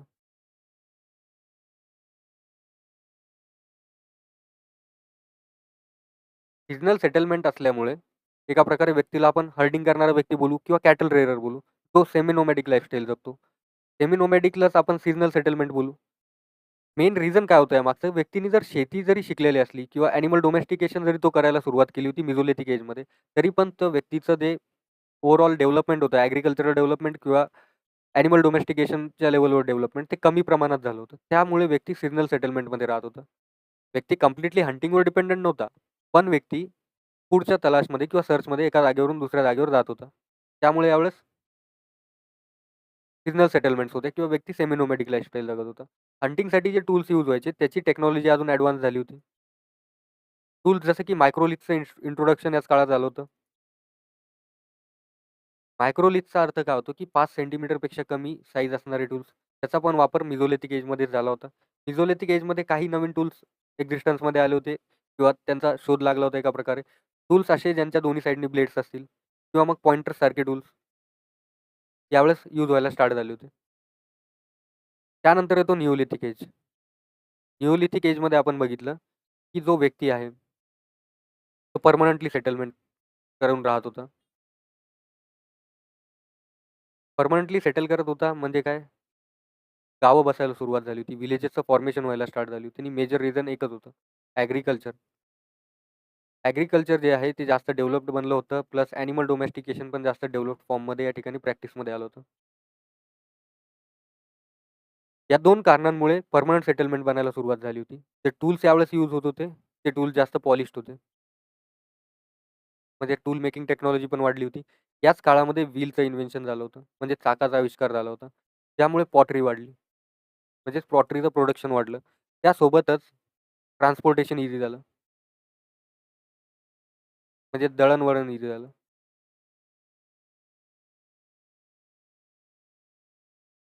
तर टूल्स बनायला सुरुवात झाली, जे पॉलिश फॉर्ममध्ये होते. व्हीलचं इन्व्हेन्शन झालं. पॉटरी बनायला सुरुवात झाली. ट्रान्सपोर्टेशनला स्टार्टिंग झाली. आपण मिझोलिथिक एजमध्ये हे पण बघितलं होतं, की फायरचा आविष्कार झाला होता. आग किंवा जाळाचा आविष्कार झाला होता. व्हील्स बनायला स्टार्टिंग झाली. टूल्स पॉलिश्ड होते. सोबतच पर्मनंट सेटलमेंट होत्या. विलेजचं फॉर्मेशन झालं होतं. जी पॉटरी बनायला सुरुवात झाली होती, ती जनरली असिरॅमिक या काळात झाली होती. म्हणजेच असिरॅमिक निओलिथिक एजमध्ये झाली होती. जास्त करून एक्सटेन्सिव्ह लेव्हलवर, खूप प्रमाणात, पुष्कळ प्रमाणात. तर त्यामुळेच या सगळ्या गोष्टी झाल्यामुळे एका प्रकारे जो ह्युमन आहे, तो डेव्हलप्ड मानला जात होता. त्यामुळेच या काळाला रेव्होल्यूशन असं नाव दिलंय, क्रांती असं नाव दिलंय.